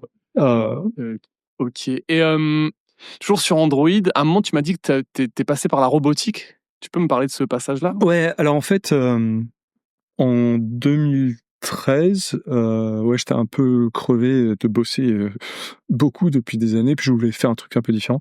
Donc en fait, Andy Rubin, qui a créé Android, est parti, enfin il était toujours chez Google, mais il est parti créer une division robotique. Et donc ça avait l'air assez intéressant, donc j'y suis allé avec d'autres collègues aussi d'Android, on était quelques-uns à y partir, et j'ai fait ça pendant 1 an, puis je suis revenu sur Android. Donc l'objectif juste c'était quoi en robotique? Il y avait plusieurs objectifs, mais il y en avait notamment, c'était de pouvoir créer en fait des robots plus abordables que ce qui existait dans l'industrie, et facile à programmer pour que ce soit tu sais, en fait tu vois un peu l'évolution de ça aujourd'hui, parce que quand tu vois avec les imprimantes 3D, les machines CNC, tu peux commander des PCB sur Internet, ça te coûte $5. Ouais. Maintenant, tu as toute une partie du manufacturing. Si tu es une petite boîte ou même que tu es un individu, c'est devenu abordable. Alors, c'est des trucs, il y a 25 ans, ça coûtait... tu pouvais pas. Ouais.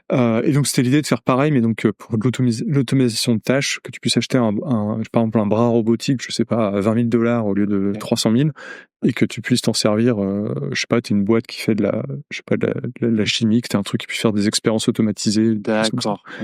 Et puis enfin, il y avait plein de projets.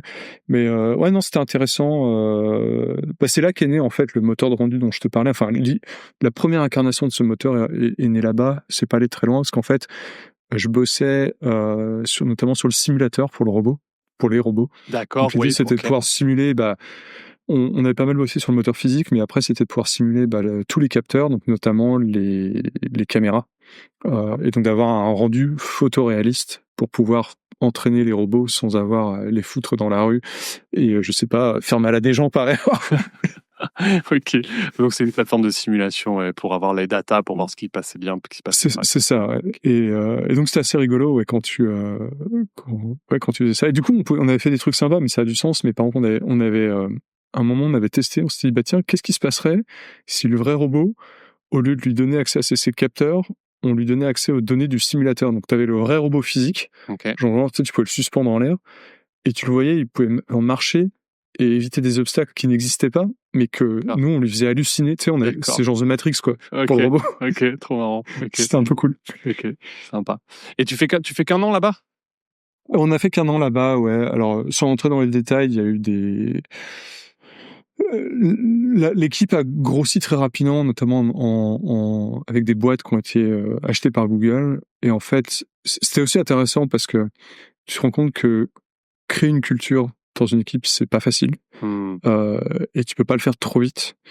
Et notamment, quand t'as plein de boîtes qui arrivent, qui ont leur propre culture, et d'un seul coup, tu les mets tout ensemble, tu vois, en moins de 6 mois, tu dis, bon, on est tous la même équipe. Et tu te retrouves avec tous les anciens leads, les CEO, CTO, qui maintenant, non, c'est plus eux les boss. Enfin, tu vois, c'est... Donc, c'était des côtés intéressants, du côté non technique. Intéressant. J'ai appris des choses. Tu peux m'en dire un peu plus ou pas? Je veux pas rentrer dans les détails, mais parce que puis après, il y a toujours 2 points de vue, mais c'est que du coup, l'ambiance, moi, je trouvais que tu vois, ça se tire un peu dans les pattes, parce que c'était des gens qui étaient pas d'accord, mais qui voulaient pas se parler. Et puis c'était des gens qui venaient de domaines différents. Donc, tu vois, des gens comme nous qui venaient d'Android, des gens qui venaient de la robotique. Donc, tu avais un peu ce côté où ils considéraient que nous, comme on ne connaissait rien, fallait que, en gros, on prenne pas de décision et qu'on nous dise quoi faire. Mais d'un autre côté, nous, on avait sûrement des biais similaires de l'autre côté. Et bon, ça mâchait pas. Tu vois, c'est un vrai sujet, ce truc d'acquisition, de merge de Ouais, boîtes, parce que là, en plus, tu es dans un cas, j'ai l'impression, extrême, c'est-à-dire des boîtes un peu de même taille qu'on met toutes ouais, ensemble, ça a l'air enfin, vraiment compliqué. Moi, j'ai juste vécu des espèces d'absorption, tu vois, c'est-à-dire une plus grosse qui prend une plus petite, et en fait, c'est déjà pas simple, parce que souvent, tu vois, il y a une espèce de... Les gens savent, les managers, ils connaissent ce problème souvent quand ils ont fait plusieurs acquisitions. Donc, tu as une année un peu de lune de miel où tu vas laisser faire un petit peu les gens ce qu'ils veulent et tout, et puis petit à petit, tu essayes d'intégrer le truc, de faire prendre la greffe. Et bon, les gens sont pas, entre guillemets, enfin, les gens sont pas dupes. Et donc, du coup, si tu vois, tu vas leur changer leur objectif, tu vas un bien peu sûr. splitter leur culture parce que tu splittes leurs équipes. En fait, moi, j'ai pas beaucoup vu de formules de plusieurs expériences que j'ai eu moi ou que j'ai vu d'autres gens avoir, de formules qui marchaient bien. C'est très compliqué, en fait, hein, globalement. Non, non, à mon avis, c'est très difficile. Et puis, bah, tu sais, Google, comme plein de grosses boîtes, ont fait plein de rachats. Et, bah, Android, il y a un Ouais. des cas qui a bien marché, mais je pense que ça a marché aussi parce qu'Android, au début, était, comme je disais, tu vois, c'était secret, Autonome, on en est fait. resté. Ouais. Ouais. Ouais, on est resté très autonome pendant longtemps et donc l'intégration s'est fait vraiment dans la durée. Ça a mis des années, petit à petit. Ça n'a pas toujours été facile d'ailleurs. Mais je pense que c'est pour ça, Mais pour moi, ça que tu ça a vois, marché. c'est la seule formule que j'ai vue marcher. C'est-à-dire, tu ramènes du funding, en fait, tu ramènes de l'argent pour C'est ça. que cette boîte, elle n'ait plus à se soucier de la rentabilité et elle puisse se consacrer à son craft, entre guillemets, tu vois, vraiment ce qu'elle est en train de faire, son projet. Et tu les laisses un peu autonomes avec leur culture et c'est là que les gens avancent vraiment. Et effectivement, sur le long terme, bah oui, il va y avoir des alignements. Mais moi, j'ai vu des volontés, tu sais, notamment d'aligner la tech. Des volontés de dire, attends, tu sais, Ouais. type dans le SaaS, de dire, là, il y a Google, là, il y a Amazon, tu vois, Google Cloud, Amazon. Ah, on a aligné tout. Et en fait, tu perds un temps de dingue, tu crois que tu vas gagner de l'argent à la fin et en fait, tu fais exploser les équipes, tout simplement. Bah, Tu perds le temps. surtout, c'est intéressant que tu dis ça parce que moi, c'était toujours ma hantise en tant que, au fil des années, quand je devenais manager avec de plus en plus grosses équipes, tu sais, même quand tu essaies de rester technique, tu peux pas connaître tous les détails. Mais à un moment, ça devient trop facile. Bah, tu vois, ce que tu dis, c'est genre, ah, on va unifier les stacks. Ouais. Et le problème, c'est les détails. Et les détails sont super importants, Ouais. peuvent être très coûteux, peuvent être très compliqués. Ouais. Et ouais, le nombre de fois, enfin, des catastrophes industrielles comme ça, il y en a eu plein, il y en aura Il y en aura plein. toujours. Il y en aura toujours. Ouais. Mais ça, malheureusement, ouais, on finira par apprendre. Ouais, mais c'est effectivement, ça marche en théorie, mais le diable se cache dans les détails, hein, clairement, c'est un peu ça. Ah ouais, non, c'est, ouais, tout le temps. D'ailleurs, c'est marrant parce que je me souviens de discussions absurdes où t'as quelqu'un qui te dit ah Romain, là tel bug, tu peux nous dire quand il sera corrigé? Je fais bah je sais pas, j'ai pas encore compris pourquoi le bug il arrive. Ouais, mais dis-moi quand il sera corrigé. Bah ça me prendra entre 2 minutes et 2 mois. Ça dépend de ce que c'est. Je peux pas te dire tant que j'ai pas compris ce qui se passe. Moi je Si dis toujours prochainement. si ça se trouve, ça va être madame, faut changer le moteur ou Oui. ah non en fait il y avait une poussière sous le Ouais. bouton. Oui, non, mais je vois très bien ce truc. Bah, c'est les fameuses estimations, de toute façon, hein. Oui, bah surtout quand t'as pas assez d'informations. Déjà quand t'as de l'information, c'est pas facile, mais alors quand t'as pas l'information, c'est genre ouais attends. Excellent. Et ensuite, tu reviens chez Android. Qu'est-ce que tu fais quand tu reviens à ce moment-là? Tu m'avais parlé de Ouais. Jetpack, je crois que c'est là que tu fais... Alors en fait, ouais, du coup c'est intéressant parce que ça m'a permis du coup en partant d'Android de laisser derrière moi un peu les choses que je faisais avant et de revenir faire des choses nouvelles. Donc en fait, je suis revenu donc avec 2 collègues, 2 Français d'ailleurs, et on est venu en disant bah on a 2 idées de projet. Est-ce qu'on pourrait bosser là-dessus? Donc, on nous a dit oui, donc c'était sympa. Et donc on faisait ce moteur de rendu 3D et le troisième bossait sur ce qui est devenu un truc qui s'appelle Constraint Layout, donc qui est un algorithme, tu sais, de positionnement de composants graphiques. Ok. Pour ceux qui font du web, c'est un peu comme les CSS grid, les flows, les trucs comme ça. Voilà. Ok. Donc ça, c'est un autre algorithme qui est notamment très très flexible et qui permet de faire beaucoup de choses. Et donc c'était sympa parce que alors qu'on est revenu, les bureaux qu'ils nous avaient donnés, c'était n'importe quoi. Ils étaient dans un couloir et il y en a un qui était genre coincé par une armoire. Donc on a dit non. Et on a passé combien de temps on a passé? Je sais pas, on a dû passer bien 6 mois. En fait, on allait squatter. Il y avait un des bâtiments chez Google, c'est là où étaient les avocats à l'époque. Enfin, une partie des avocats de Google sur ce campus. Ouais. Et ils avaient une sorte de bibliothèque qui était assez sympa. Et donc, on était tous les trois avec nos laptops sur une petite table dans cette bibliothèque pendant 6 mois. Et donc, tu sais, les gens, ils passaient, ils disaient, tu sais, ces 3 mecs qui étaient là tous les jours. Qu'est-ce que vous faites là? C'est ça, qu'est-ce que vous faites là et de quoi vous parlez, est-ce que c'est incompréhensible? Et donc en fait on a bossé là-dessus, et puis donc cette équipe a un peu grossi, on a 2 autres personnes qui sont revenues, qui nous ont rejoints pour bosser sur ces 2 projets. Ouais. Après j'ai hérité donc d'une personne qui avait rejoint Google pour bosser en fait ce qui deviendrait Jetpack Compose. OK. Donc, Jetpack Compose, la partie qui est intéressante, c'est qu'en fait donc c'est basé sur le langage de programmation Kotlin. Et pour que ça marche, en fait, il y a des choses qui se passent à la compilation du code source. Et Kotlin, en fait, permet d'avoir des plugins pour le compilateur. Et donc, en fait, il avait créé un plugin pour le compilateur qui permettait de faire... C'est un peu comme du React, pour les gens qui connaissent React. Il s'était mis dans les phases de compilation de Kotlin pour le faire. Et donc, il était dans mon équipe. Pareil, il y a une ou 2 autres personnes qui nous ont rejoints. Donc, tu vois, je faisais de la R&D, on va dire, des projets un peu spéciaux, OK. avec l'idée quand même que ça devienne d'ailleurs contrainte layout a fini par être utilisé par les apps Android. Et puis en même temps, donc tu avais l'équipe du UI Toolkit donc que j'avais laissé derrière, qui eux voulaient en fait ils avaient ce problème de mise à jour du UI Toolkit qui fait partie de la plateforme Android. Et tu sais, sur Android, t'as plusieurs versions d'Android qui existent dans la nature. Bien sûr. Souvent pendant des années. Et donc, c'est difficile de faire corriger des bugs, ça devenait difficile parce que si tu corrigeais un bug dans une nouvelle version, il fallait que les apps, elles gèrent quand le bug existait dans les anciennes versions et quand il était corrigé dans les nouvelles en même temps. OK. Donc, c'était pas génial. Donc, l'idée, c'était de faire ce qu'on appelle de l'unbundling. C'est de dire, on va prendre le UI Toolkit, on le met dans une bibliothèque. Et en fait, les apps vont prendre le UI Toolkit avec elles dans l'application. D'accord. Comme ça. Indépendamment de la version d'Android, en fait. Voilà, indépendamment de la version d'Android. Et au passage, donc, il commence à se dire ça, puis il se dit, bah, attends, si on fait ça, on pourra en profiter, il y a des API qui sont pas terribles, on pourrait peut-être les améliorer. Et tu vois, de fil en aiguille, c'est genre, bon, bah, si on faisait un nouveau UI Toolkit. Et donc, forcément, je bossais encore avec eux, puis c'était, pareil, mon copain de chat que j'ai connu chez Sun Microsystems, avec qui on avait écrit un bouquin, etc., on se connaissait depuis très longtemps, qui était le manager de cette équipe, et à un moment, on s'est dit, bah, attends, moi, j'ai des gars, ils font ce machin qui est fait pour faire de la UI de manière réactive. Toi, vous essayez de faire un nouveau UI Toolkit. Si on faisait un seul truc, en fait. Ça serait pas mal. Voilà. Et puis après, voilà, on a intégré, donc, Jetpack, et c'est, Okay.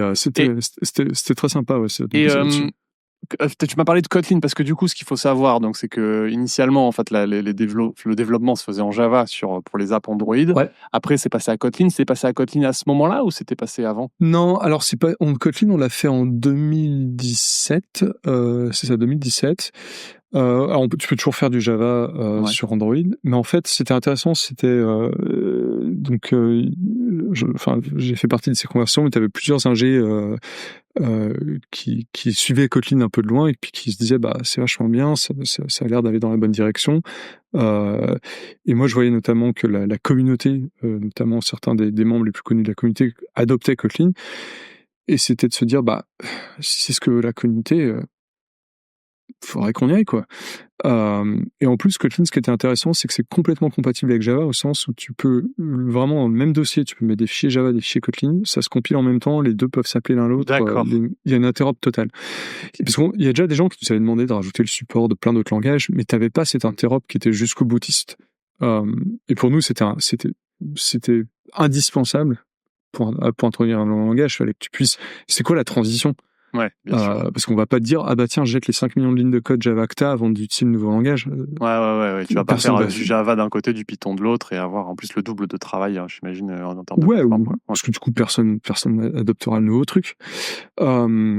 Et donc, c'était intéressant parce qu'en fait, on s'est mis à en parler, je crois, en interne, ça devait être au mois de décembre, et on a fait l'annonce au mois de mai à Google I.O., donc 5 mois plus tard. Okay. Et en 5 mois, il a fallu, en interne, se convaincre que c'était une bonne idée, convaincre tous les gens qu'il fallait convaincre. Ouais. Après, Kotlin, donc c'est un langage de programmation qui est créé par JetBrains, qui est la boîte qui fait IntelliJ, voilà, qui est utilisé en fait pour faire Android Studio. Donc, il y avait des histoires de contrats, etc. Donc, il y a une fondation qui a été créée. Tout ça a été fait en 5 mois. Ah ouais. Et les trucs ont été faits. Alors, je me souviens, c'était marrant parce que Stéphanie, qui était en charge des PM à l'époque, qui gérait, en fait, qui du coup a mené le projet, c'est impressionnant ce qu'elle a fait. Et je me souviens, genre au mois de janvier ou au mois de février, je disais non, mais il faut qu'on le fasse pour Google I.O. Puis elle me regarde, elle fait, mais c'est jamais de la vie. Je fais non, mais Steph, c'est Android, bien sûr que si. Tu sais, elle est venue me voir à Guadeloupe, elle fait, ouais, t'avais raison. Je fais, bah ouais. Alors, par contre, elle a bossé, mais un truc de mal. Mais c'était génial parce que, et pour moi, ce qui a valorisé ça, c'est quand l'annonce a été faite, quand Steph était sur scène et qu'elle a annoncé ça, mais la réaction du public. Ah ouais? Oui, mais forcément, c'est des développeurs. Ouais. Et tu leur dis, on va prendre le langage que vous aimez tous. Voilà. Ouais. Et donc, c'était marrant parce qu'en interne, t'as des gens, tu vois, qui étaient pas encore convaincus, et quand ils ont vu ça, il faut, ouais, ok. Après, t'avais aussi ceux qui, dans la keynote, tu sais, annonçaient des trucs dont personne n'avait rien à foutre parce que c'était pas des trucs pour les développeurs. Puis ils voient ça, ils font, c'est quoi ce bordel? Pourquoi il y a rien? Ok, t'as pas compris.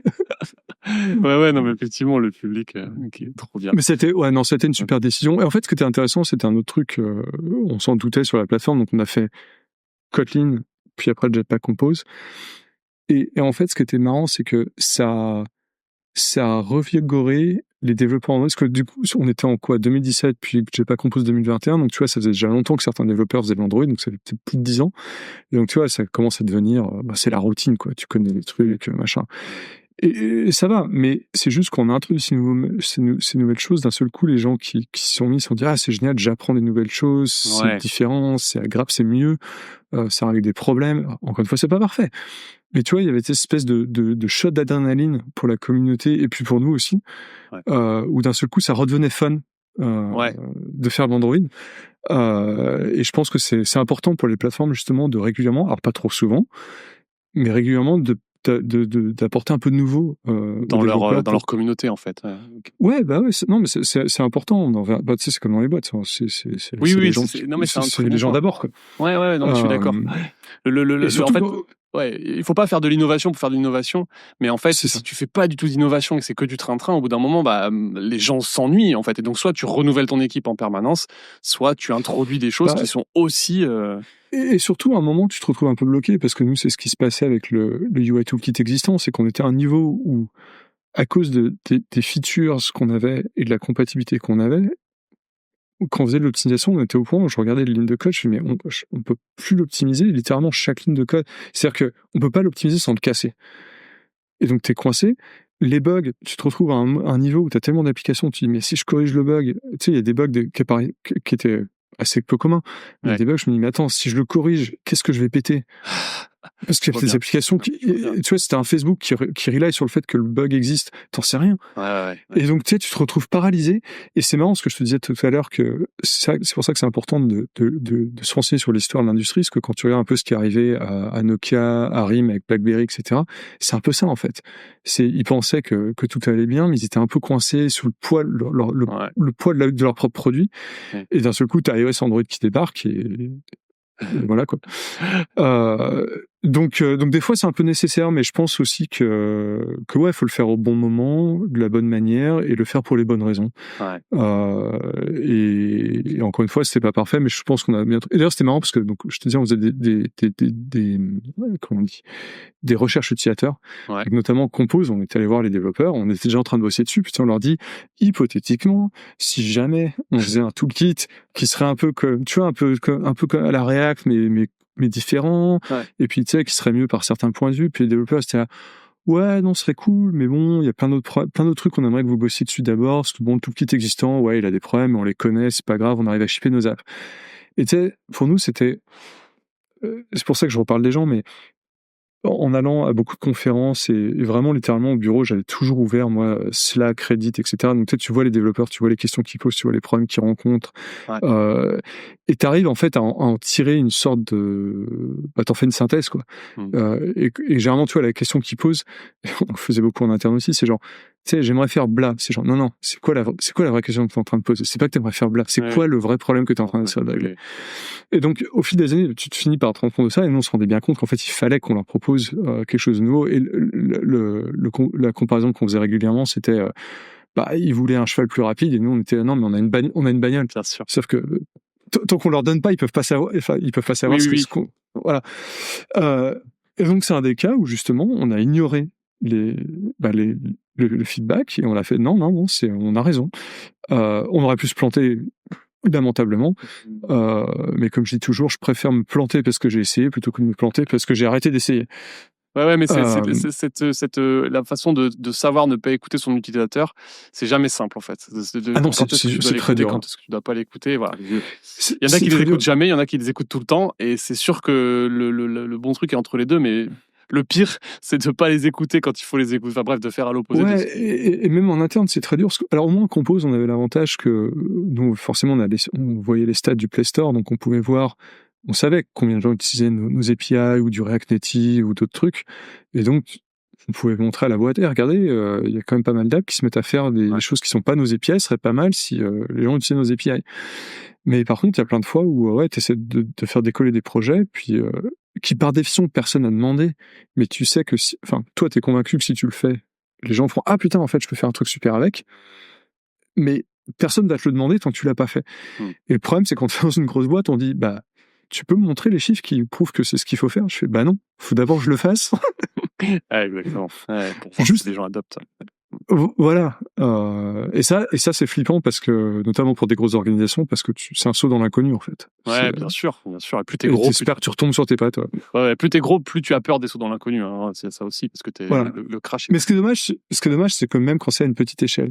Et évidemment, il faut aussi faire attention parce que et Google est fameux pour ça. Où bah quand tu passes ton temps à balancer des trucs et que tu les abandonnes parce que ça va pas marcher, au bout d'un moment les gens se lassent et puis ils te font pas confiance. Donc il faut aussi gérer ça. Ouais, il y a une question de communication aussi, je pense, derrière. Ouais, puis gagner la confiance de tes utilisateurs qui se rendent compte que quand tu fais quelque chose, c'est pas parce que tu veux faire n'importe quoi, mais Ouais, ouais. Et je voulais parler d'un truc que, bon, moi je suis pas un grand designer, mais material design, j'en ai quand même pas mal entendu parler. C'est quand même un mouvement de Google. Est-ce que, enfin, ça vient d'Android ce truc-là? Enfin, comment ça naît? à la base, ouais, c'est parti de l'équipe Android, enfin Ok. des designers de l'équipe Android. Et puis après, ça a pris de l'ampleur. Bah, c'est né au moment où un peu après que ce soit né en interne, c'est quand je suis parti sur les robots. Donc en fait, j'ai un peu évité une partie de la naissance de Material Design. J'avais bossé sur le tout début, mais c'est né de chez Android, ouais. Et effectivement, après, ça a pris de l'ampleur. Et c'est vrai que Parce c'était bien d'avoir un qu'aujourd'hui, design système. ouais, enfin, tu vois, enfin, c'est au-delà de Google. C'est-à-dire qu'en fait, c'est une des façons de designer ces interfaces. Mais c'est pas juste des composants, c'est quand même une philosophie carrément matérielle. Bah, je pense que ce que Material Design 1 et 2 ont très bien fait, c'est que c'était une base qui était très neutre, mais qui était Ouais, suffisamment jolie pour que quelqu'un qui n'y connaît rien ou qui n'a pas les compétences, pas le temps, pas l'envie de faire du design, etc., oui. il aura un truc correct out of the box. Et cohérent, et ouais. Voilà. Mais qui permettait suffisamment tu pouvais greffer toi-même des trucs dessus et le rendre plus joli, l'adapter à ta boîte, etc. Je pense que ça a un peu changé là maintenant. Material 3 et a un peu plus d'opinion. C'est un truc qui est plus qui ressemblera, Ouais. qui est moins neutre. Ouais. C'est-à-dire que ça va pas ressembler à la brand de ton entreprise ou Oui. alors tu peux le façonner un peu, mais c'est quand même plus ouais, ça a plus de personnalité, on va dire. Ce qui est très bien pour Android. Alors après, je sais pas si c'est ce que veulent les développeurs, mais c'est vrai qu'aujourd'hui, après, c'est marrant, on revient un peu à ce qui se passait avant les plateformes mobiles où on se retrouve maintenant avec chacun un peu son look. Alors c'est vrai que c'est beaucoup de look flat, mais globalement, il y a beaucoup de différences. Mais les fondamentaux restent les mêmes, donc au moins t'es pas perdu d'une app à l'autre. Ouais, Les c'est choses vrai. marchent. Mais du coup, ce qui est les matériel design, c'est donc pour les apps Android, mais en fait, tu peux le faire effectivement pour les apps web aussi. Tu as les composants qui existent Ouais, en ouais. CSS. Et c'est marrant parce que je vois régulièrement quand tu installes, je sais pas, un terminal ou n'importe quoi, souvent tu as des listes de thèmes, il y a toujours un thème Material Design Oui, qui c'est vrai. traîne. Oui, c'est vrai. Ouais, non, mais Donc ça a eu beaucoup de succès. Non, c'était très cool ce qu'ils ont fait. Il y avait des trucs qui ont été un peu durs à implémenter, notamment les ombres de Material Design, parce qu'en fait l'idée c'était que, et c'est marrant parce que j'en parlais, mais donc l'idée c'est que tu avais une source de lumière qui était à peu près en haut de l'écran, Ouais. et d'avoir des ombres réalistes, donc avec de l'ombre et de la pénombre. Mais du coup, quand tu déplaces les éléments, c'est réaliste. Du coup, l'ombre, elle bouge. Ouais. Ouais. Elle bouge. Elle réagit en fait à la lumière, quoi. Ouais. Et donc, j'avais vite fait faire un prototype en ray tracing à l'époque. Alors ça C'est quoi marchait, ça? c'était super. Ray tracing, c'est la technique qui est utilisée pour, en gros, pour faire le rendu 3D dans les films. D'accord. Où tu lances des rayons, en fait, pour chaque pixel, tu lances des rayons dans la scène et tu regardes. Donc c'est de la simulation plutôt que du calcul mathématique, en fait, c'est ça? C'est du calcul mathématique, mais c'est en simulation, vraiment, où tu fais. Tu envoies le truc plutôt que de faire l'équation théorique, en fait. C'est plus. Mais par exemple, pour une ombre, en fait, ce que tu fais, c'est que tu imagines, je sais pas, t'as un rectangle, et en fait, tu te mets du point de vue de l'ombre, tu balances des rayons, en fait, vers la source de lumière, et tu regardes combien de rayons tapent la source de lumière et la tapent pas. D'accord, ok. Et tu Alors après, du coup, il y a plein de façons pour que ce soit plus rapide, etc. Mais ça faisait trop chauffer le téléphone, donc on l'a pas fait comme ça. Et donc il y avait toute une implémentation, c'était assez compliqué pour le faire marcher bien. C'est pas moi qui l'ai fait, les gars qui ont bossé là-dessus, ils ont fait un super boulot. Et ce qui est marrant, c'est que des années après, maintenant, on a ce problème où beaucoup de développeurs, ils font non, je comprends pas, il y a ce bug, il y a les ombres, elles bougent. On fait bah non, c'est fait exprès en fait. En fait, finalement, ce que les développeurs et les designers veulent, c'est les vieilles ombres, c'est-à-dire l'ombre de Figma où tu choisis toi-même tes paramètres. Et elles sont enfin arrivées sur Android récemment. Ah d'accord, ok. Voilà. Mais c'est un truc des ondes. Tu fais non, mais et tu vois, c'est là où il faut pas être amoureux de son code parce que c'est genre non, mais c'était super galère à faire, donc vous allez l'utiliser. Et puis c'est mieux en théorie, mais ouais. Mais c'est pas ce que veulent les développeurs, donc Romain, on a fait un bon tour de plein de choses. J'ai encore une question un peu sur ta partie Google avant qu'on passe sur des questions de fin. Donc, comment on gère un projet donc, c'est un projet quand même Google maintenant, Android, mais qui est open source, qui est utilisé, donc comme tu l'as dit, partout dans le monde. C'est quoi les difficultés de gérer un projet open source comme ça? C'est difficile à dire parce qu'en fait, Android est open source, mais c'est pas un projet open source tel qu'on l'entend. J'imagine qu'on pense à un projet sur GitHub. Déjà, c'est pas sur GitHub. Alors c'est bizarre parce que évidemment Android date d'avant GitHub. Et donc on a créé plein d'outils à nous, etc. Et donc t'as plein de développeurs qui donc ça crée une barrière d'entrée. Alors c'est marrant parce que, et d'ailleurs c'est un peu dommage parce que GitHub, c'est devenu en fait l'interface Git. En fait, GitHub apporte sa propre vision de ce qu'est Git. Par exemple, l'outil qu'on utilise sur Android, donc qui s'appelle Gerrit, qui a été créé par Google, et Repo, c'est basé sur Git, mais c'est une autre façon, par exemple, de faire les code reviews. Par exemple, sur Android, au lieu de, c'est sur GitHub, techniquement, ce que tu vas faire, c'est que tu fais plein de commits. Et dans ta code review, tu peux voir tous les commits. Alors après, tu peux faire un squash avant de merger, etc. Mais sur Android, c'est pas comme ça. Avec Gerrit, en fait, ce que tu fais, c'est que tu rebase à chaque fois. Et donc, en fait, t'as qu'un seul commit. Toujours comme ça. Voilà. Moi, je préfère, pour pas mal de raisons. Il y a pas un truc qui est mieux que l'un que l'autre. C'est une question de préférence. Et aussi, c'est ce dont t'as l'habitude. Mais du coup, je pense que il y avait donc une barrière d'entrée parce que c'est des outils dont les gens étaient pas familiers. Et puis le projet lui-même, je pense qu'il n'a pas été assez bien géré du côté open source au sens où il y avait pas mal de gens qui faisaient des soumissions, mais on était tous tellement occupés. Et gérer un projet open source, c'est très difficile parce que t'as les code reviews que tu t'embêtes à la faire, mais la personne fait pas de follow-up, ou alors toi tu réponds pas, ou alors le code est clairement c'est pas ce que tu veux, la feature va pas être bonne. Et en fait, tous les mainteneurs open source savent que c'est énormément de travail. Et en fait, il y avait pas assez de gens pour s'occuper de ça. Donc le côté qui marchait bien, c'est que ce soit open source dans le sens où le code source est accessible. Il y a des gens qui ont fait des modifications auditables, et puis tu as des gens qui ont pu en faire des preuves. Il y a eu plein de variantes d'Android, il y avait beaucoup de ROM à l'époque, ou même aujourd'hui tu as un truc Graphene OS, il me semble que c'est basé sur Android. Oui, oui, je crois. Il y a de grosses polémiques en ce moment sur Graphene OS. Ouais, j'ai vu passer ça, j'ai pas regardé les détails, mais bon. Chacun ses problèmes. Donc ouais, je pense que ça aurait pu être autre chose, mais ouais, c'est aussi difficile de gérer un projet de cette taille. Tu vois, par exemple, Linux, il y a des gens qui sont à plein temps là-dessus pour ça, ou des trucs comme WebKit. Donc ouais, je pense que c'est bien qu'on l'ait fait, ça aurait pu être fait mieux, mais c'est mieux qu'on l'ait fait comme ça que pas. Oui, mais du coup, l'objectif en soi de l'open source de Android, c'est plus qu'il soit réutilisable que d'avoir des contributeurs externes, en fait. C'est peut-être... Ouais. Moi, je pense que l'open source, c'est toujours ça, c'est que les contributeurs, c'est un peu un bonus. Si ça arrive et qu'il y a une communauté, c'est génial. Mais je pense qu'il faut pas partir du point de vue que si ton projet va marcher que si tu as des contributeurs, à mon avis, tu pars un peu perdant. C'est fragile surtout. Ouais. C'est fragile. Et puis après, tu as toujours les problèmes aussi du monde de l'open source. Idéalement, il faudrait rémunérer les contributeurs s'ils bossent beaucoup dessus et comment tu fais ça, etc. Donc c'est compliqué. Mais après, tu as eu d'autres trucs, par exemple, donc Jetpack, c'est open source aussi, mais nous, on en avait fait un miroir sur GitHub. Donc on avait des contributions via GitHub. L'idée, c'était de dire, OK, c'est plus facile pour les gens de contribuer sur GitHub. Donc on va permettre de faire ça, mais c'était plus de travail pour nous, donc c'est pareil. Ouais. Est-ce qu'on l'a fait suffisamment? Est-ce qu'on a fait le suivi? Je sais pas, je pense pas, mais bon, encore une fois, c'est mieux de l'avoir fait comme ça que pas du tout. Et puis même pour les développeurs, quand tu fais une app, t'empêches, quand tu bosses sur des API dont t'as pas accès aux sources, des fois, c'est vachement bien juste de regarder comment ça marche, pourquoi est-ce que j'ai un bug, j'ai pas compris la doc, attends, je vais regarder le code, ok, ça marche comme ça.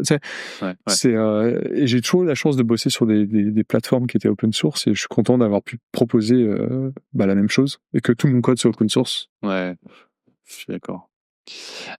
Écoute, trop bien, plein de choses intéressantes, on a abordé vraiment plein de sujets. Je vais te poser 2 petites questions de fin. Ouais. Clôturer l'épisode. La première, c'est est-ce que tu as une autre passion que la tech? Parce qu'on sent que ça a été c'est un gros truc dans ta vie. Mais... j'en ai plein. Alors, on en devine derrière moi. Donc là, j'ai mes appareils photos. Je fais beaucoup de photos. Ok. Il y a eu quelques fonds d'écran d'Android, c'était mes photos. Ah ouais.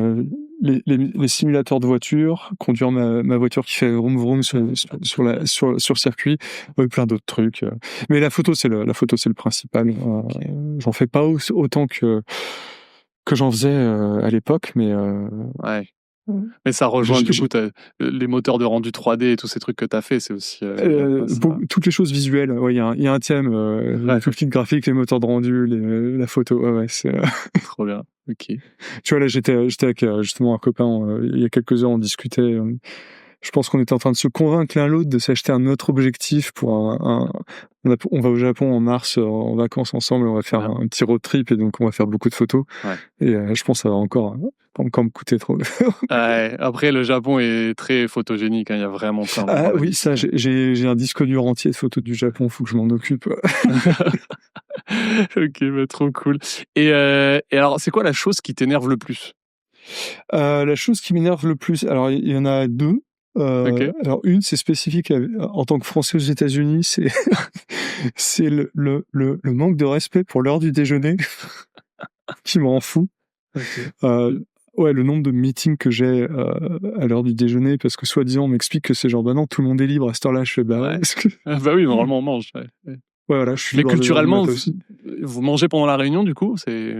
Non, pas trop. Mais il y en a qui le font quand vraiment t'as pas le temps, mais ouais, c'est un peu, tu manges rapido, tu retournes bosser. J'aime bien prendre une pause quand même et puis profiter. Il n'y a pas la pause repas à la française là où on fait une bonne heure. Ouais, c'est ça. Ouais. Alors encore une fois, j'ai la chance sur Android, alors dans la Silicon Valley, mais sur Android aussi, t'as beaucoup de Français, donc tu te fais des petits déjeuners entre Français pour coller ça. Non, et l'autre, c'est un peu une opinion tranchée aussi, mais un manque d'intérêt peut-être ou d'attention aux performances de manière générale dans l'informatique. Okay. Alors c'est marrant parce que c'est comment on dit en français, c'est fine line to walk.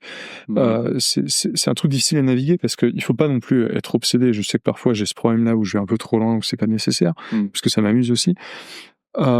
Mais quand je vois globalement la vitesse d'exécution des applications modernes, etc., en connaissant un peu les machines qu'on a et ce qu'elles pourraient faire par rapport à ce qu'elles font, ça me rend un peu triste. Ouais.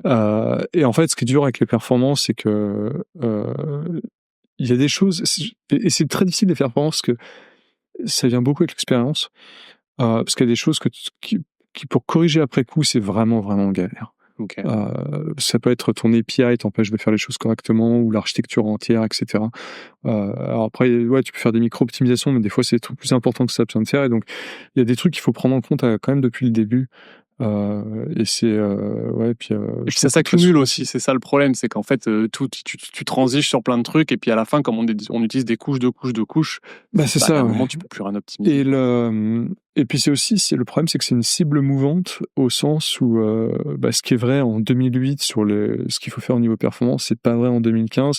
J'ai vu souvent ça avec les développeurs où, par exemple, on leur disait faites ci, faites pas ça, etc. Puis après, 10 ans plus tard, il y en a qui disent ouais, il y a cet article, il y a 10 ans, vous avez dit de faire comme ça, mais j'ai testé, ça fait aucune différence. Je suis ouais, mais il y a 10 ans, ça faisait 20% de différence. Et c'est ça qui est dur avec les performances, c'est que il faut toujours mesurer. Et tu peux pas. Et même moi, hein, j'ai passé quasiment 20 ans à faire du boulot de performance par-ci par-là. Et le nombre de fois où je me plante, je me dis attends, ça va améliorer, ou c'est là que ça va être lent. Et en fait, non. Ouais.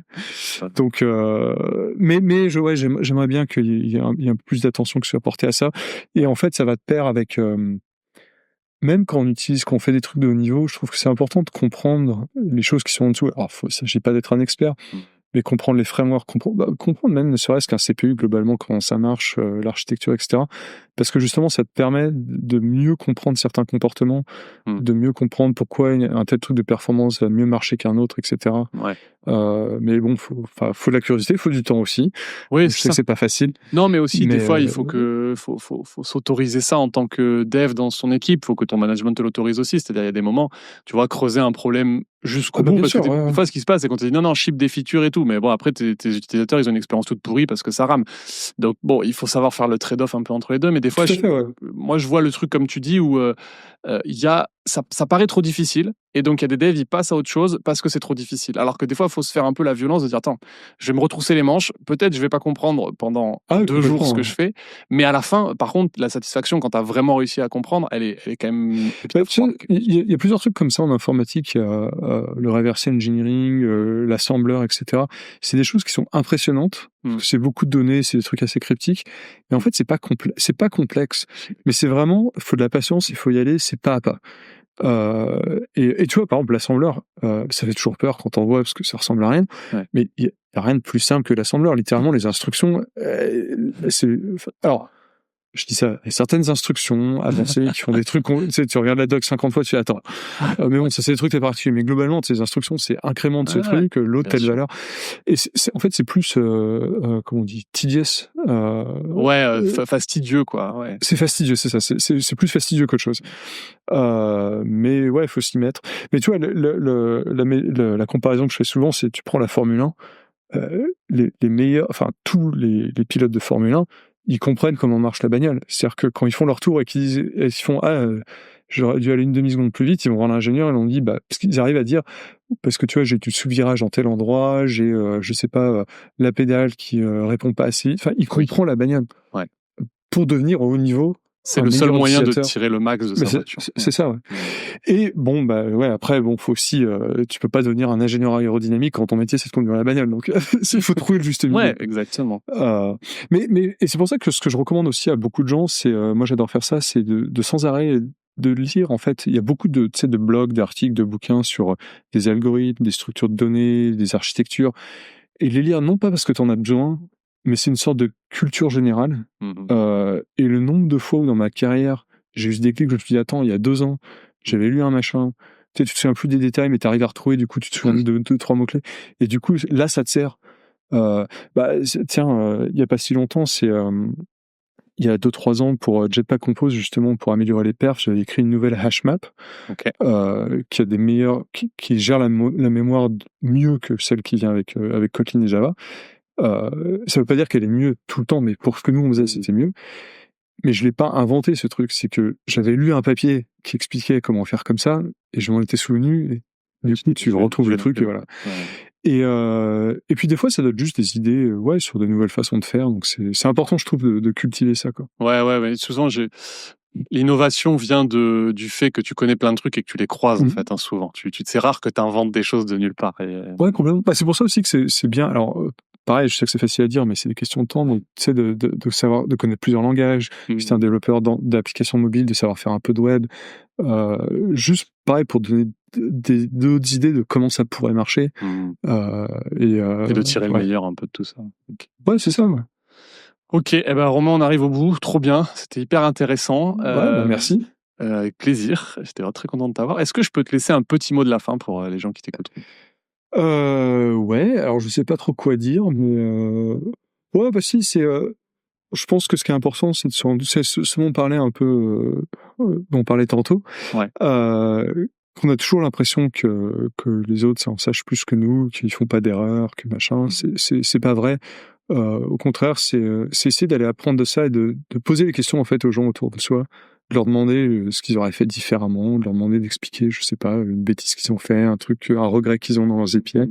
Juste déjà pour voir que on n'est pas tout seul dans ce cas-là.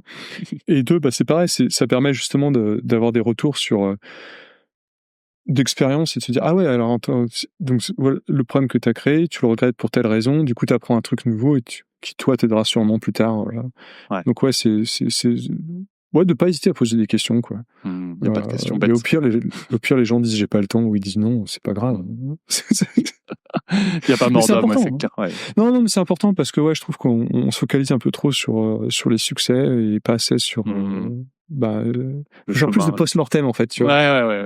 Ouais, c'est clair. Genre, c'est pour ça le podcast, on fait un peu pas mal de post-mortem, tu vois. Mais c'est vachement bien. Et puis j'imagine que du coup, tous les gens avec qui tu parles, ils ont tout le monde en a, ouais. Mais la réponse, tu vois, autant, cette question, les regrets, toujours, c'est un peu compliqué parce que les gens se disent souvent qu'ils n'ont pas de regrets, mais qu'ils ont fait des erreurs. Les erreurs, il y a toujours plein d'erreurs, tu vois, et il faut choisir. Alors, je suis d'accord avec ça, parce que ouais, les regrets, en fait, tu peux en avoir pour de bonnes raisons, mais moi, j'en ai pas parce que tu es la somme de tout ce que tu as fait dans le passé, y compris tes erreurs. Donc, si t'es content aujourd'hui, normalement. Mais bon, ça, c'est un luxe aussi. Ouais. Mais ouais, donc faut pas hésiter à sonder un peu les gens autour de soi et se rendre compte que on n'est pas tout seul. C'est clair. Le syndrome de l'imposteur, tout le monde là, et c'est normal. C'est juste être humain. Oui. Et si vous croisez quelqu'un qui dit que il a pas fait d'erreur, il ou elle a pas fait d'erreur, qu'ils ont pas, méfiez-vous. Il a pas fait de post-mortem en fait. C'est pas qu'il a pas fait d'erreur, c'est qu'il a jamais regardé en arrière en fait. Ouais, c'est qu'il sait pas qu'il a fait ou qu'il sait pas qu'il a fait des erreurs. Exactement. Alors justement, vu qu'on parle de gros ratés, ça m'a fait repenser à ce tech qui avait créé une sorte de trou noir numérique. Il était en train d'administrer à distance le réseau du CERN, l'Organisation européenne pour la recherche nucléaire, quand soudain, plus rien. Plus de connexion, plus d'accès. En fait, juste avant, sans faire exprès, il vient de rediriger tout le trafic vers le vide. Une sorte de RM-RF étoile, mais au niveau réseau. Résultat, le réseau du CERN est en carafe, mais surtout, pas de réseau, pas d'administration à distance. Il y a de quoi donner quelques sueurs froides aux stagiaires qu'il était à l'époque. Mais alors, comment on se sort d'une telle situation ? Eh bien, je vous laisse découvrir ça et quelques-uns de ses autres exploits dans cet épisode. Excellent. Bon, on finira là-dessus. Merci encore Romain, très très riche de plein de choses. Merci à toi. Trop cool. Je te dis à bientôt. À bientôt. Salut Romain. Ciao.